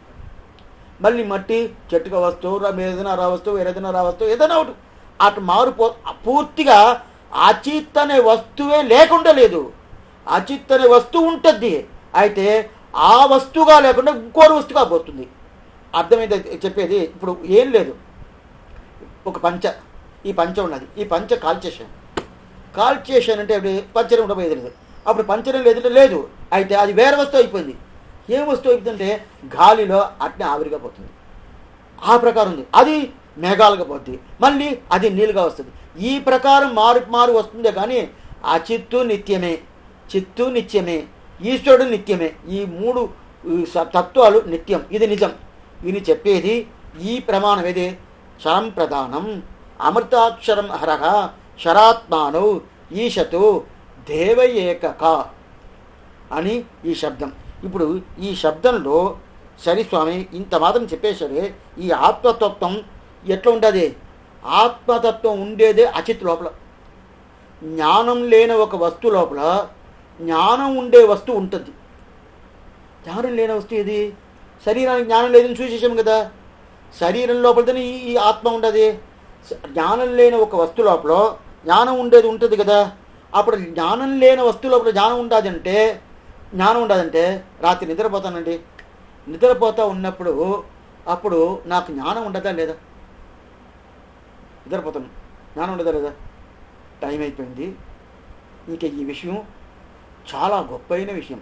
ఇది తెలుసుకుంటేదా అప్పుడు మనకి ఆ భేదశృతి ఏమి, అభేదశృతి ఏమి, గడగశృతి ఏమి, దీంట్లో ఏం తేడా వచ్చింది, ఈ తేడా వచ్చిన తర్వాత రామానుజుల వారు ఎట్లా దాన్ని నిర్ణయించారు, దాని తర్వాత శాస్త్రం ఎట్లా నిర్ణయించింది, దాన్ని ఎట్లా ఆయన తీసుకొచ్చారు అనేది పూర్తిగా చూడబోతాము.